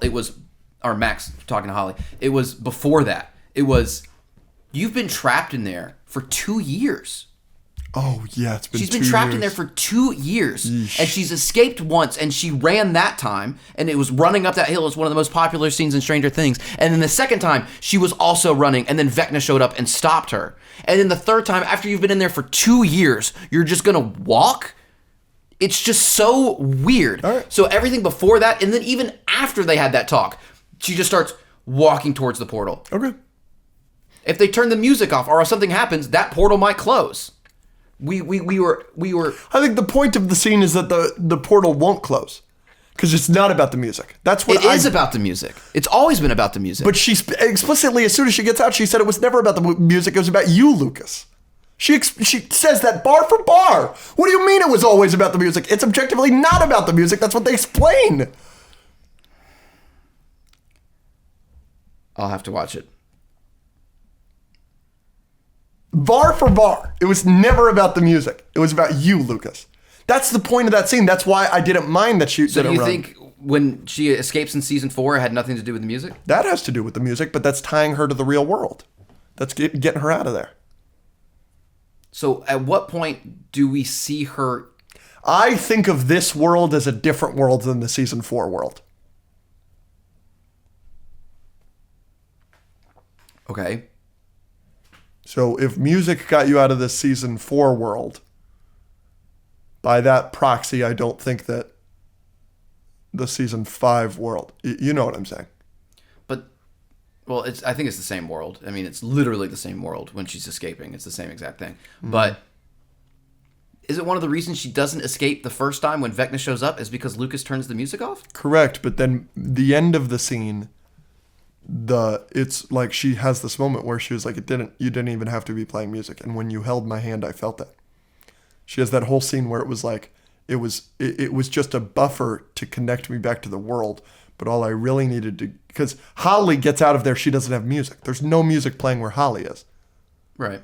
Holly gets out because of the shit that Max tells her, because that's what gets Max out. So do you think she could have just stayed in there as long as she wanted and then escaped? Like there was no time-based thing at all? Who? Max? Yeah. Yeah.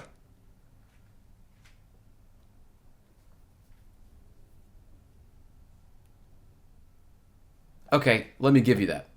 I still think it's stupid. Sure, that's fair. I still think it's stupid.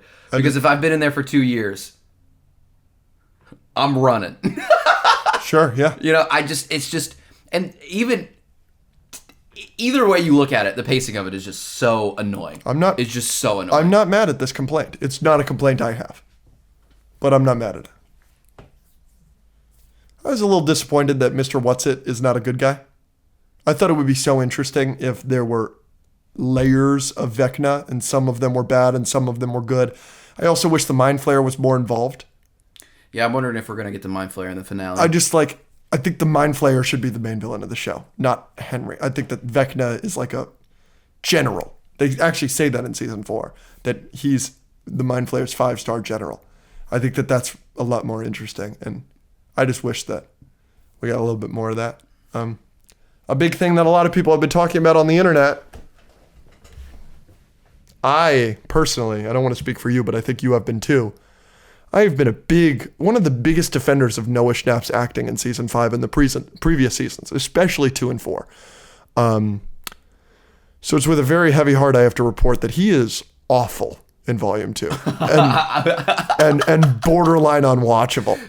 No. You're out of your mind if you think he gives a good performance in this. You don't think his coming out scene is incredible? He's terrible. No, disagree. I think that's exactly how someone would act. I think that's exactly how someone would feel. I don't care about the writing. I'm talking about the performance here. That's what I'm talking about. I think I literally have this written down. But listen, everything with his new powers is so poorly written and acted, I actually couldn't believe it. I sat looking at my TV baffled. I think the coming out speech is actually pretty well written, if you excuse the stupid build up to it. But the acting is so not there. Disagree. I was watching it. I was like, that's exactly how someone would be. Oh, I couldn't disagree with you more. This was the first time where I was like, oh, that's why people talk about Noah Schnapp being the worst actor in the cast. Yeah, I think they're wrong. He's terrible in volume 2. I think they're wrong. Everything after the powers is so bad. You mean in episode 4? After this. Every time they talk about his powers and he's like explaining it, it's so bad. I don't understand how it's any different than what he's been doing before. Like, if you don't like him in volume 2, you shouldn't like him in volume 1. But I think he was good in volume 1. I don't understand how I think he was just worse in volume 2. I think it was a distinctly different performance. I just think he acts differently. But he doesn't. I think he does. Because he was great in volume 1. From what I remember, volume 2 he's fucking awful. He's so bad. No. He gives the second worst performance in volume 2 out of every character. After Callie? Yes. Which we will get to. No, I think that's one of my positives. I think that was great. So you like the coming out scene? Yeah. So the coming out scene, I think, is the worst acted scene in the show. Like, by everybody. I think everybody gives a piss poor performance in that scene except Sadie Sink. Sadie Sink is pretty good in that scene. Everybody. Noah Schnapp is awful during the speech. No. But every single character's like reaction shots are also all poorly acted. Jonathan's isn't. Maybe not. I don't remember Jonathan. Jonathan's isn't. But 11 is terrible. Joyce is bad. Mike is really bad. Dustin is really bad. They're all bad. Sadie Sink is pretty good. Her moment where she's like, I can't get up, but I would love to hug you, where she's kind of crying, that's really well acted. But I thought everybody was fucking terrible in that scene. I thought it was great. And did you hear it took 12 hours to film that? Why? I don't know. It was like 3 days of shooting, 12 hours of takes or whatever. How did we not have a single good take of anybody? Like, oh, disaster. Keep being told by friends of mine and like the internet that like the Holly Max escape from Camazot's plot was like the best plot line and most well acted in the season. I can't really disagree more, and it really has to do with Holly. I do not care about this character at all. I think she's kind of cool. What do you think of the escape from Camazot's plot line? Is that one of your favorites of the season so far? No. Okay. I'm glad to hear that. But it needed to happen. I mean, I like it mostly because we finally get Max back. and you needed to have some sort of explanation of why she's in the coma and a way to get her back, and I think that was a pretty cool way to do it. So it's not a negative, but it's definitely not my favorite thing in the season.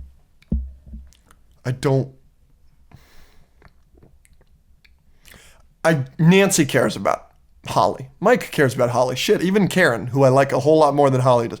But I just don't care for Holly. And every time I'm on screen with her, I'm just thinking to myself, you are sidelining so many characters I fucking adore.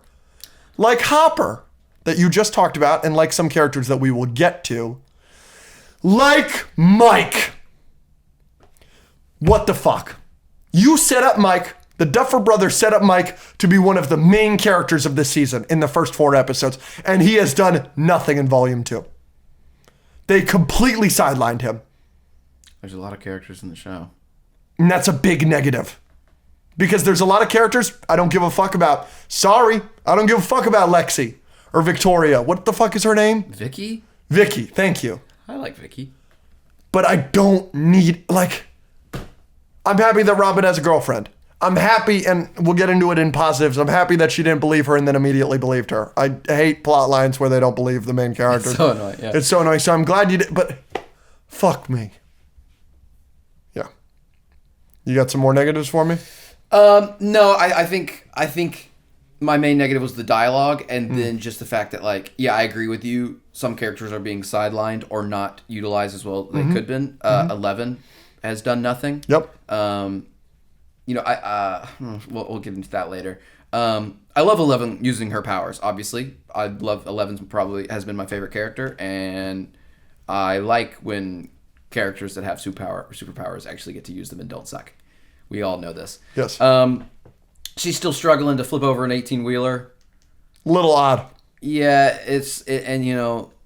Will got to use his powers a little bit, but 11, she helped them get to the portal and block the... I thought that was cool. The debris. I liked that scene quite a bit. No, yeah, I liked it too, but she just hasn't done much. Yeah, so some characters being sidelined, the dialogue not being great, some plot holes, and then just a feeling of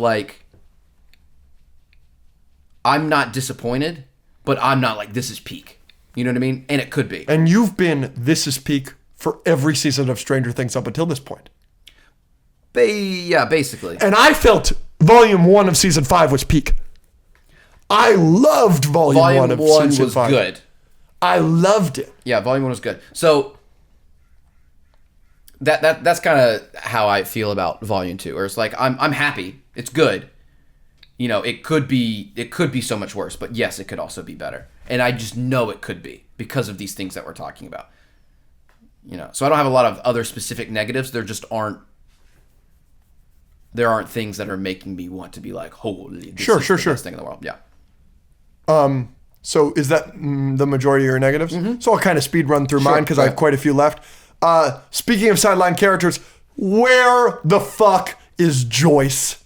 The only thing she does in Volume 2 is do something that, in my opinion, goes completely against her entire character, and then goes on to have a conversation after that plan where she apologizes and literally says, oh my gosh, that was so out of character for me. I think that's great.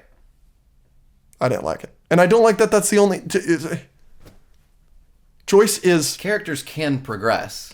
Yes, well, also, I would like to see characters progress, and I would also like to... You saw it in Volume 1. Will and her have a whole moment, and they have a conversation outside of the barn where she's, apologizing for doing that, and then she's actually excited about trying to, work with her son and let her son do that. If you want to excuse the motivation, I will let you have that. I will let you excuse the motivation every day of the week. I will not let you argue to me that Joyce hasn't been sidelined. I didn't say that. Okay. I'm saying that's my main problem. Yeah. The motivation thing... is an add-on to it. That's the only thing she's gotten to do. What characters haven't been sidelined? Holly and Max, right? Lucas had a lot to do. Lucas has a lot to do. He doesn't have much character work, but that's fine. Robin hasn't been sidelined. And then I think the 4 in the Upside Down haven't been sidelined. Nancy, Jonathan, Dustin, and Steve. They have not been sidelined. Sure. But everyone else, you could probably make the argument that they have. I will give you that. But here we go. You're right. Nancy and Jonathan have not been sidelined. You like that scene. I hate you. Of course I like that scene. It makes total sense. It's perfect. It's awful that we have the best or second best couple in the show. That's your opinion, but it's just so not true. And they have an amazing, amazing scene showing off how their chemistry is magic. Aren't those two engaged in real life? Their chemistry is unreal. If they aren't engaged in real life, they've been dating for years and years and years. And the writing is unclear. Half the internet didn't know that they broke up. Well, yeah, that's a little ambiguous, but that doesn't really bother me. But so they break up immediately after one of the best romantic scenes in the show ever. Their chemistry is the best romantic scene in the show ever is them talking about how much they hate other things that the other person does. Because it's so fucking cute. It's so cute. It is cute, but like if your best character couples moment is y'all talking about how you hate each other's articles and clothing and stuff, that's the best thing you can point to. I'm not gonna really agree with you very much. No, you sidelined their cuteness and their coupliness for the last season and a half so that fucking Joe Keery could look at her a little bit, so that people like you on the fucking internet could say that, you know, Jancy isn't the fucking best, and now it's over, and you get rid of the second best couple in the show for no reason. I understand making Nancy independent, but like, I don't know. It just aggravates the fuck out of me. No, I think the Jancy thing was great. I think it made perfect sense because, I mean, again, in my opinion, they really haven't had a moment since season 2. So if you haven't had a moment since season 2, they're together in season 3, but that ends with them arguing about whether they're, you know, one's rich and one's a woman and, you know, are poor, whatever, and they have an argument about that, and they never really have a resolution about that, and then you don't get anything with them in season 4 except him lying to her, and then in season 5, the only thing we get is him maybe proposing and him explicitly saying that he's going to oppose because he knows how bad they've been, and he thinks that might fix it, and then them kind of finally coming to the resolution after like 2.5 seasons that like, hey, we're going to have an adult conversation about this, and we love each other very much, but everything we've seen from them for 2 seasons just has been them not working. I don't think that's a great couple, and it's definitely not the second best couple in the show. And I think they handled it very well, where they're in this life or death situation, and they do have a really good moment. But that moment is them being like, "Hey, these are the things that we just haven't been communicating about, and now we're finally communicating about it. But it's just a little bit too late. And I love you very much, but the unproposal thing I thought was pretty clever." All right. I disagree with you on a lot of that. All my negatives that I have left, they're all Callie related. Okay. So buckle up. Callie, or 8, whatever the fuck you want to call her, brings down the show in so many ways. To me, she is the worst part of season 5. And I think that feels pretty correct because everyone loved volume 1, including me. You kind of. You liked it. And Callie wasn't in it until the reveal at the very end of the 4th and final episode of volume 1. So like, yeah, everybody on the internet, whether we agree with it or not, is hating on volume 2. Well, Callie's a huge fucking part of volume 2. Sure. By the way, character that hasn't been sidelined. She's getting plenty of shit to do, and she sucks. Yeah, that's fair. That's fair. Here's a negative that you might have a problem with. I don't know if you have a problem with it, but believe me, I have a legitimate argument for this. Callie is really small. Yeah, okay. And I know that like that's like a kind of funny thing because she's shorter than everybody in the cast, and you know, I just made you laugh by saying that, but that is a legitimate negative I have. Why? I know it feels like a weird critique, but I do think it uniquely affects Stranger Things negatively. The last time we saw her, she was... For shortness? Yes. She was much older than 11. The last time we saw her in season 2.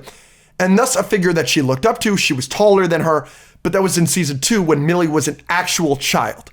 Now Millie is an adult, right? We've talked about it. She's married, she has a child, but it doesn't feel that weird in Stranger Things because she's usually with Hopper, 6'3", or Mike, 5'11". But now you've introduced Callie, 8, a character who we know for a fact is a bit older than 11, and she's 5 feet tall on the dot, and Millie and the rest of the kids are towering over her.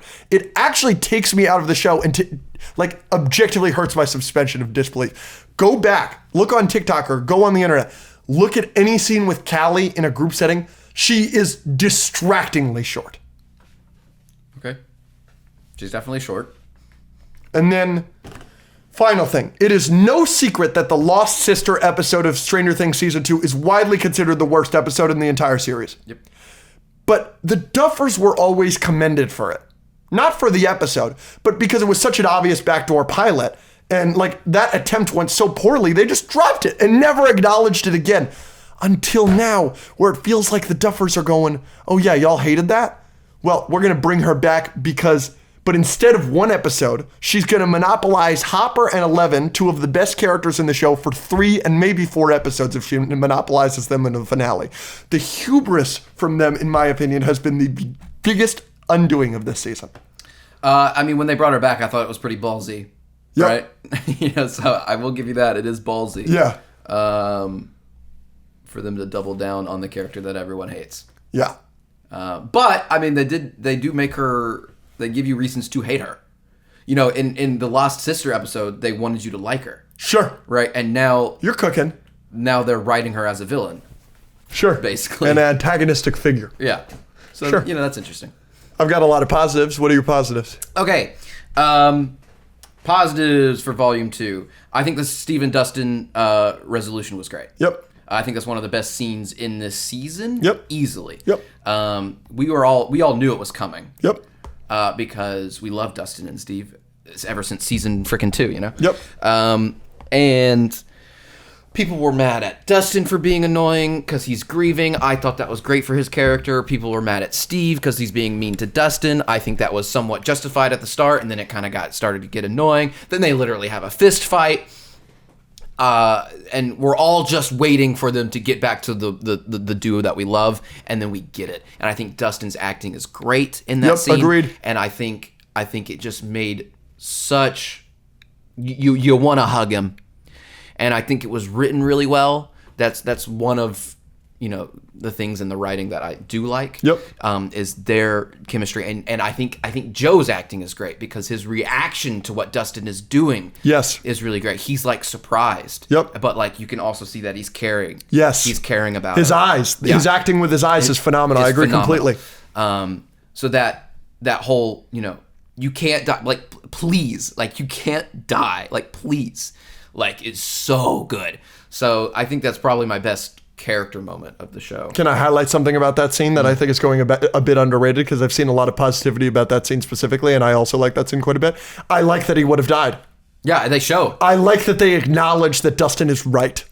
I think that was great because it reinforces the line about Steve wanting to kill himself for other people. It reinforces that line so much harder. And all of his actions throughout the season, and in season 4 as well, it reinforces all those actions. And it is, oh yeah, he has been trying to kill himself. I think it's really sharp. I think it's really great. You got another one? We already talked about, I think that, I mean, I explained why I think the Jonathan and Nancy scene really worked for me. I thought it was great. It's one of my positives.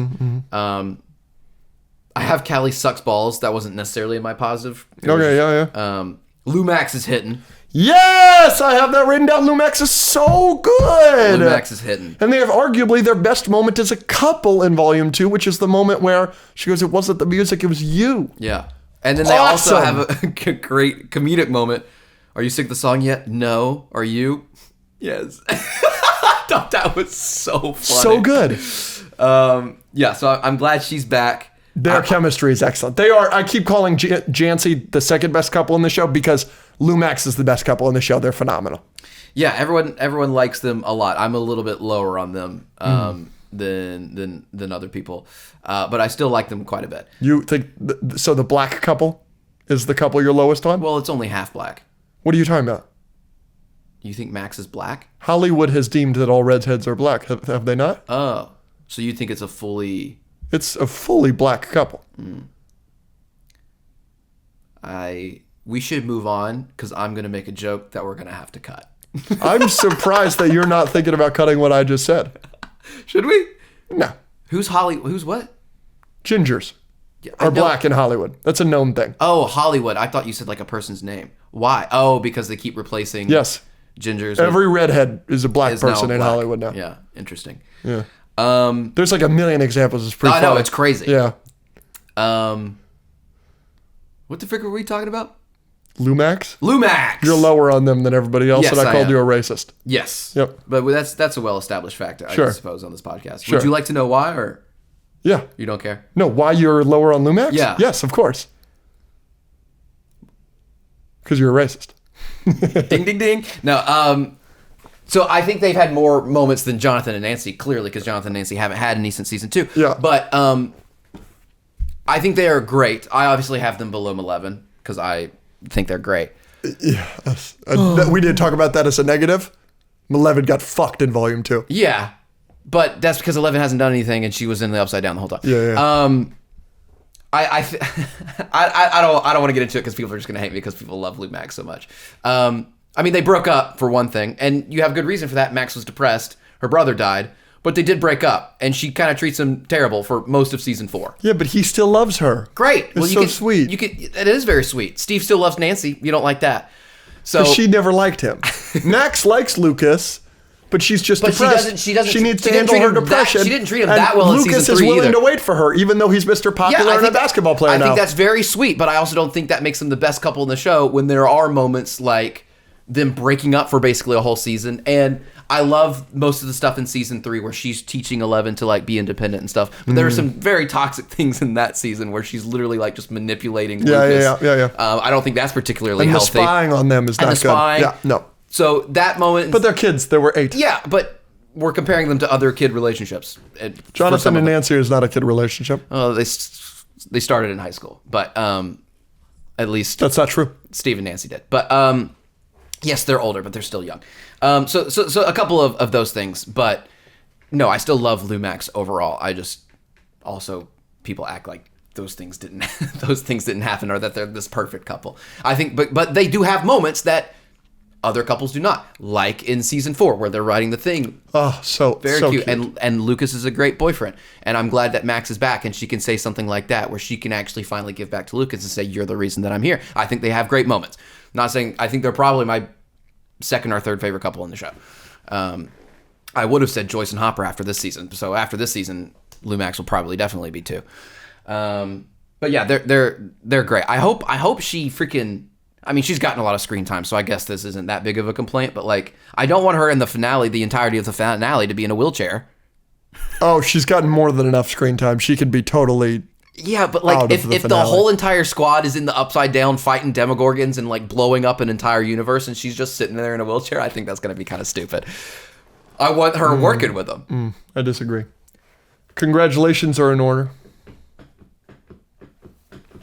Oh. Byler. I don't want to do this. I do though. I know you do. Yeah, no. You like that verbatim? My Tammy. He's my Tammy. I'm getting that tattooed on me. I'm not even joking. Right here. Yeah, boom. He's my Tammy, dude. No, but like obviously we don't even have to spend that much time on it because obviously that's what that meant. So, I think they handled Will, and I again, that was one of my positives. I like the coming out scene. I like the acting in the coming out scene. I know a lot of people disagree with that, but I think a lot of people don't like that scene. One, because people are split on the acting or whatever, but also because the same argument that the Max and Holly scene has, that like, hey, we're trying to save the world, let's freaking go. I disagree with that completely. I think they explain it very well that Will needs to do this. He literally talks about how Vecna can infiltrate your memories, your mind. He knows everything about you. Wish they would have showed us that. Wish they would have showed us him weaponizing his homosexuality against him. Sure. Yeah, I think because one of the main themes that Will keeps talking about is this fear. Yep. And Vecna even says that I chose you because you're weak. I'm choosing these children because they can be easily manipulated. And then Will coming to accept himself gave him that power for a second. And now that he's going into this final battle, in his mind, he needs to get rid of this fear. He doesn't want Vecna to have anything that he can use on him. And that's why that scene is so important right before you go into the final battle. So no, I wasn't watching that being like, hey, can we move along? I was like, no, this is important. And this is what this has all been leading to. So I'm excited to see what Will can do in the finale, but I'm also excited to see what 11 can do in the finale. Please let her do something. I assume she will. I assume she'll save the day by going like this. Yes, and I'm going to be like, oh! Big positive for me, But if you're subscribed to the Patreon and were witness to Andrew's latest crash out on there, probably not a positive for you.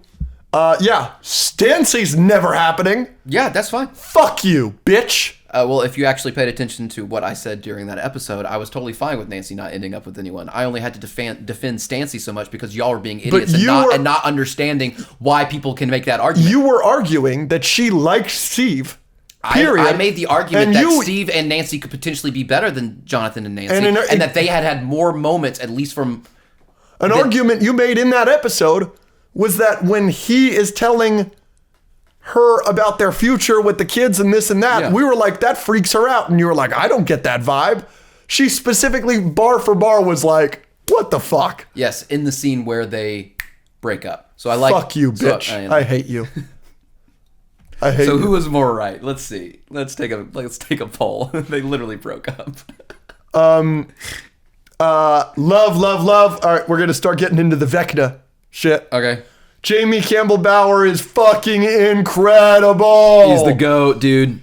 His Mr. What's It, Henry, Vecna, they're all performed so well, so creepily. That final scene at the dinner table is excellent. He's so eerie. He's so scary. It's a cult. Every layer of him is fabulously performed. Speaking of layers of Vecna, I love his lair, his hand castle. Yeah, that's freaking cool, right? Love the design. I also love that the body is continuing to change. The body is growing teeth. Love that. Yeah. Love the idea that Vecna's physique is always changing. I think adding teeth to make him more Darth Maul is just awesome. Like it a lot. Yeah, I'm with that.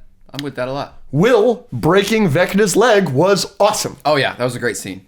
We needed something like that. Yep. You know? Mm-hmm.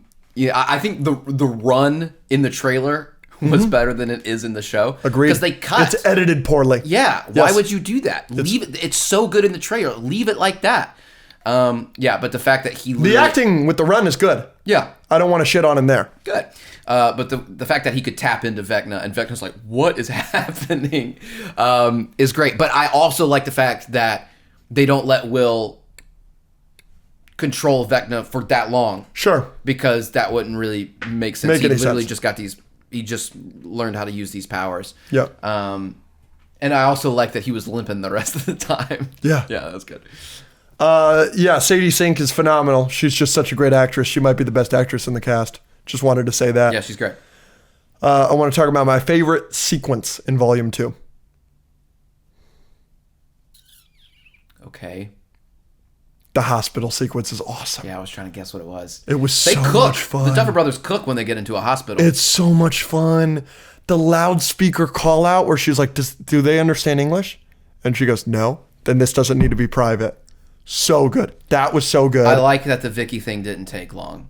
Yes, me too. Lucas carrying unconscious Max through the hospital, kicking the Demogorgon dog. I know people are upset.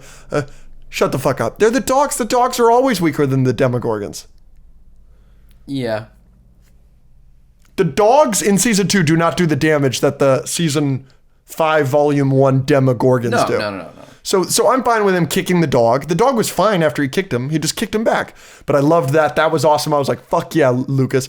And then, not knowing, not believing in her, because I hate that. Yeah, and then getting over that. And then Karen saving the day. Have you seen in the script that was like emerging from the smoke, Karen... effing period, Wheeler period. Oh, that's hilarious. I haven't seen that. That's awesome. Yeah, that's awesome. The Jurassic Park kitchen scene recreation was super fun. Yep. Lucas refusing to turn off the music. This is why Lou Max is so the best couple good. in the show. It's all so fun. That was my favorite sequence in Volume 2.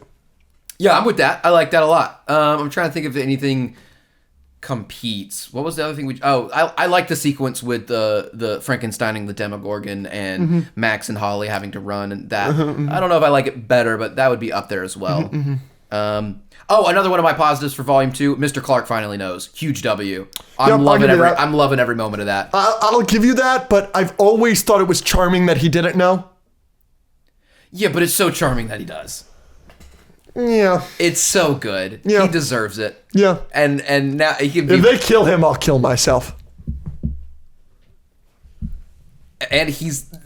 He's the Riz Lord, apparently. We need to put him on the Riz bracket. He's always with some baddie. He's with the librarian now. I love him. I love him so much. I love him. I love him. Season 5 continues to look really good. Yeah. The CGI in the Upside Down with the exotic matter and the space outside of the wormhole and in Dimension X with the hand castle, it all consistently looks great, and the shots are composed well. There's good shot composition. The shots look good. I can't stress enough how nice it is to be watching a streaming exclusive show and it look good, cinematic. I'm really grateful for that. Yeah.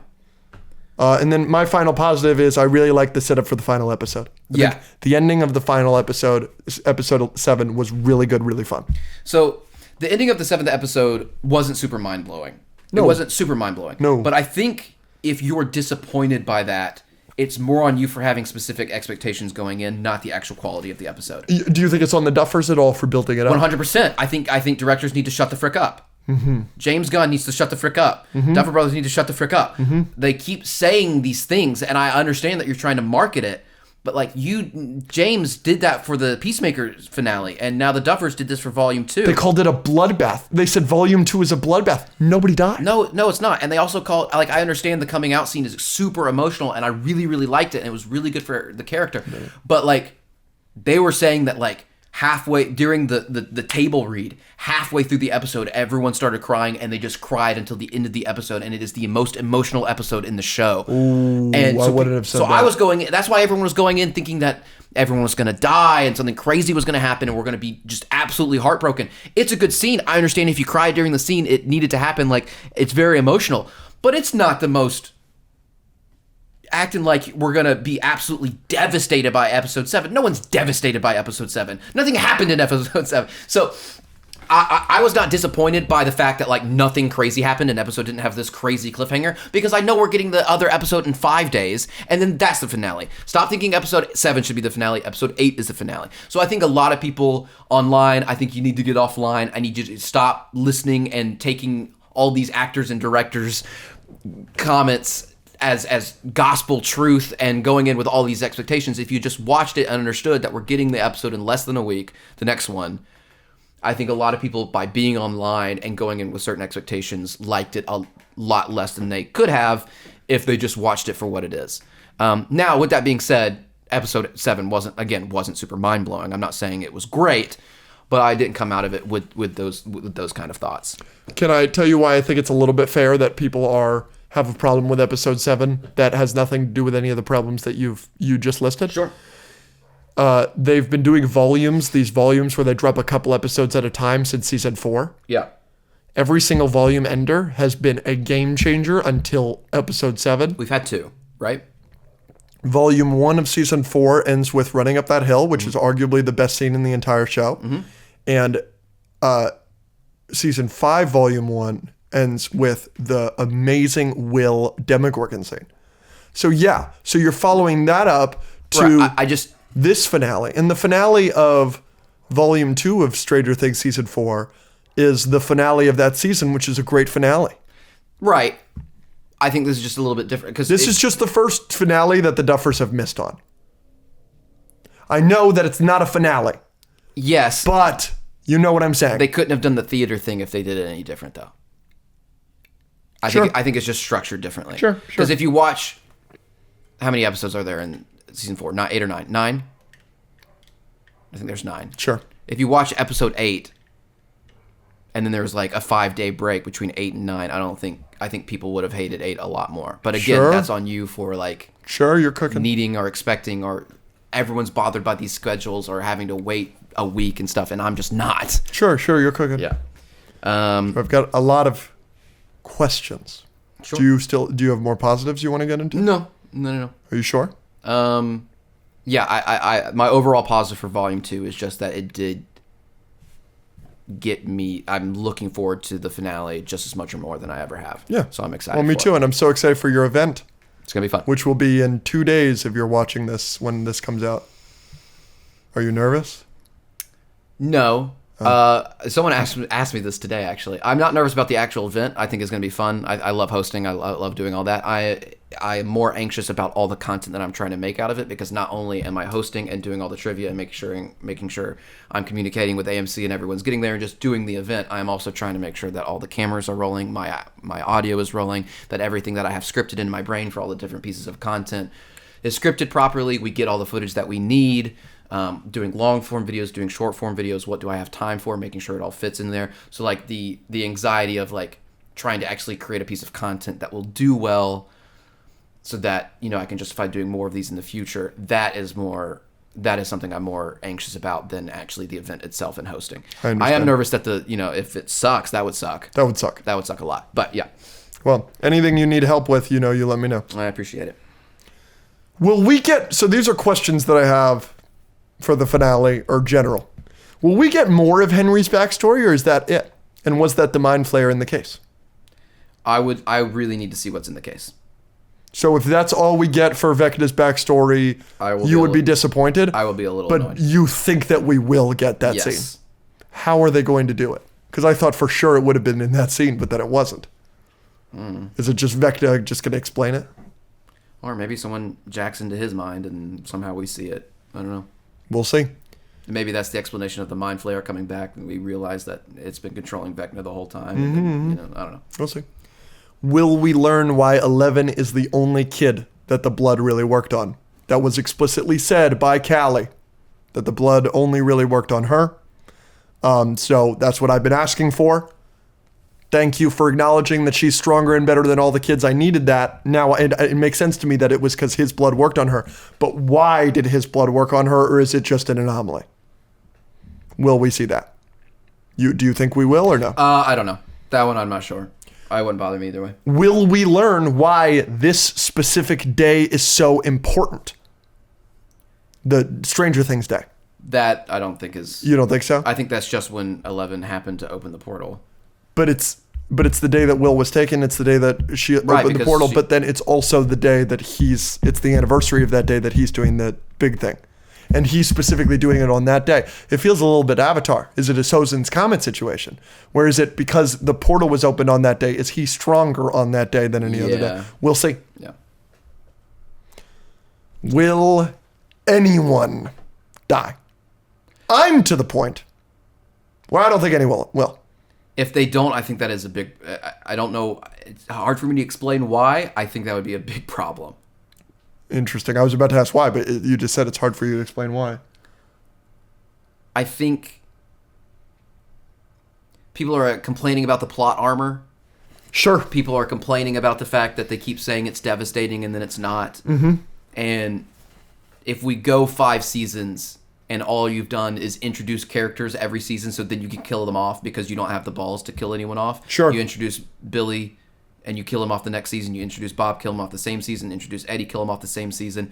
And then we don't really have anyone new for you to do that with this season, which is good. This is the finale. For some reason, even though I love all these characters, it would just feel kind of weird if they don't. And maybe that's my problem that I just explained earlier that other people shouldn't have, of having certain expectations going in. Yeah.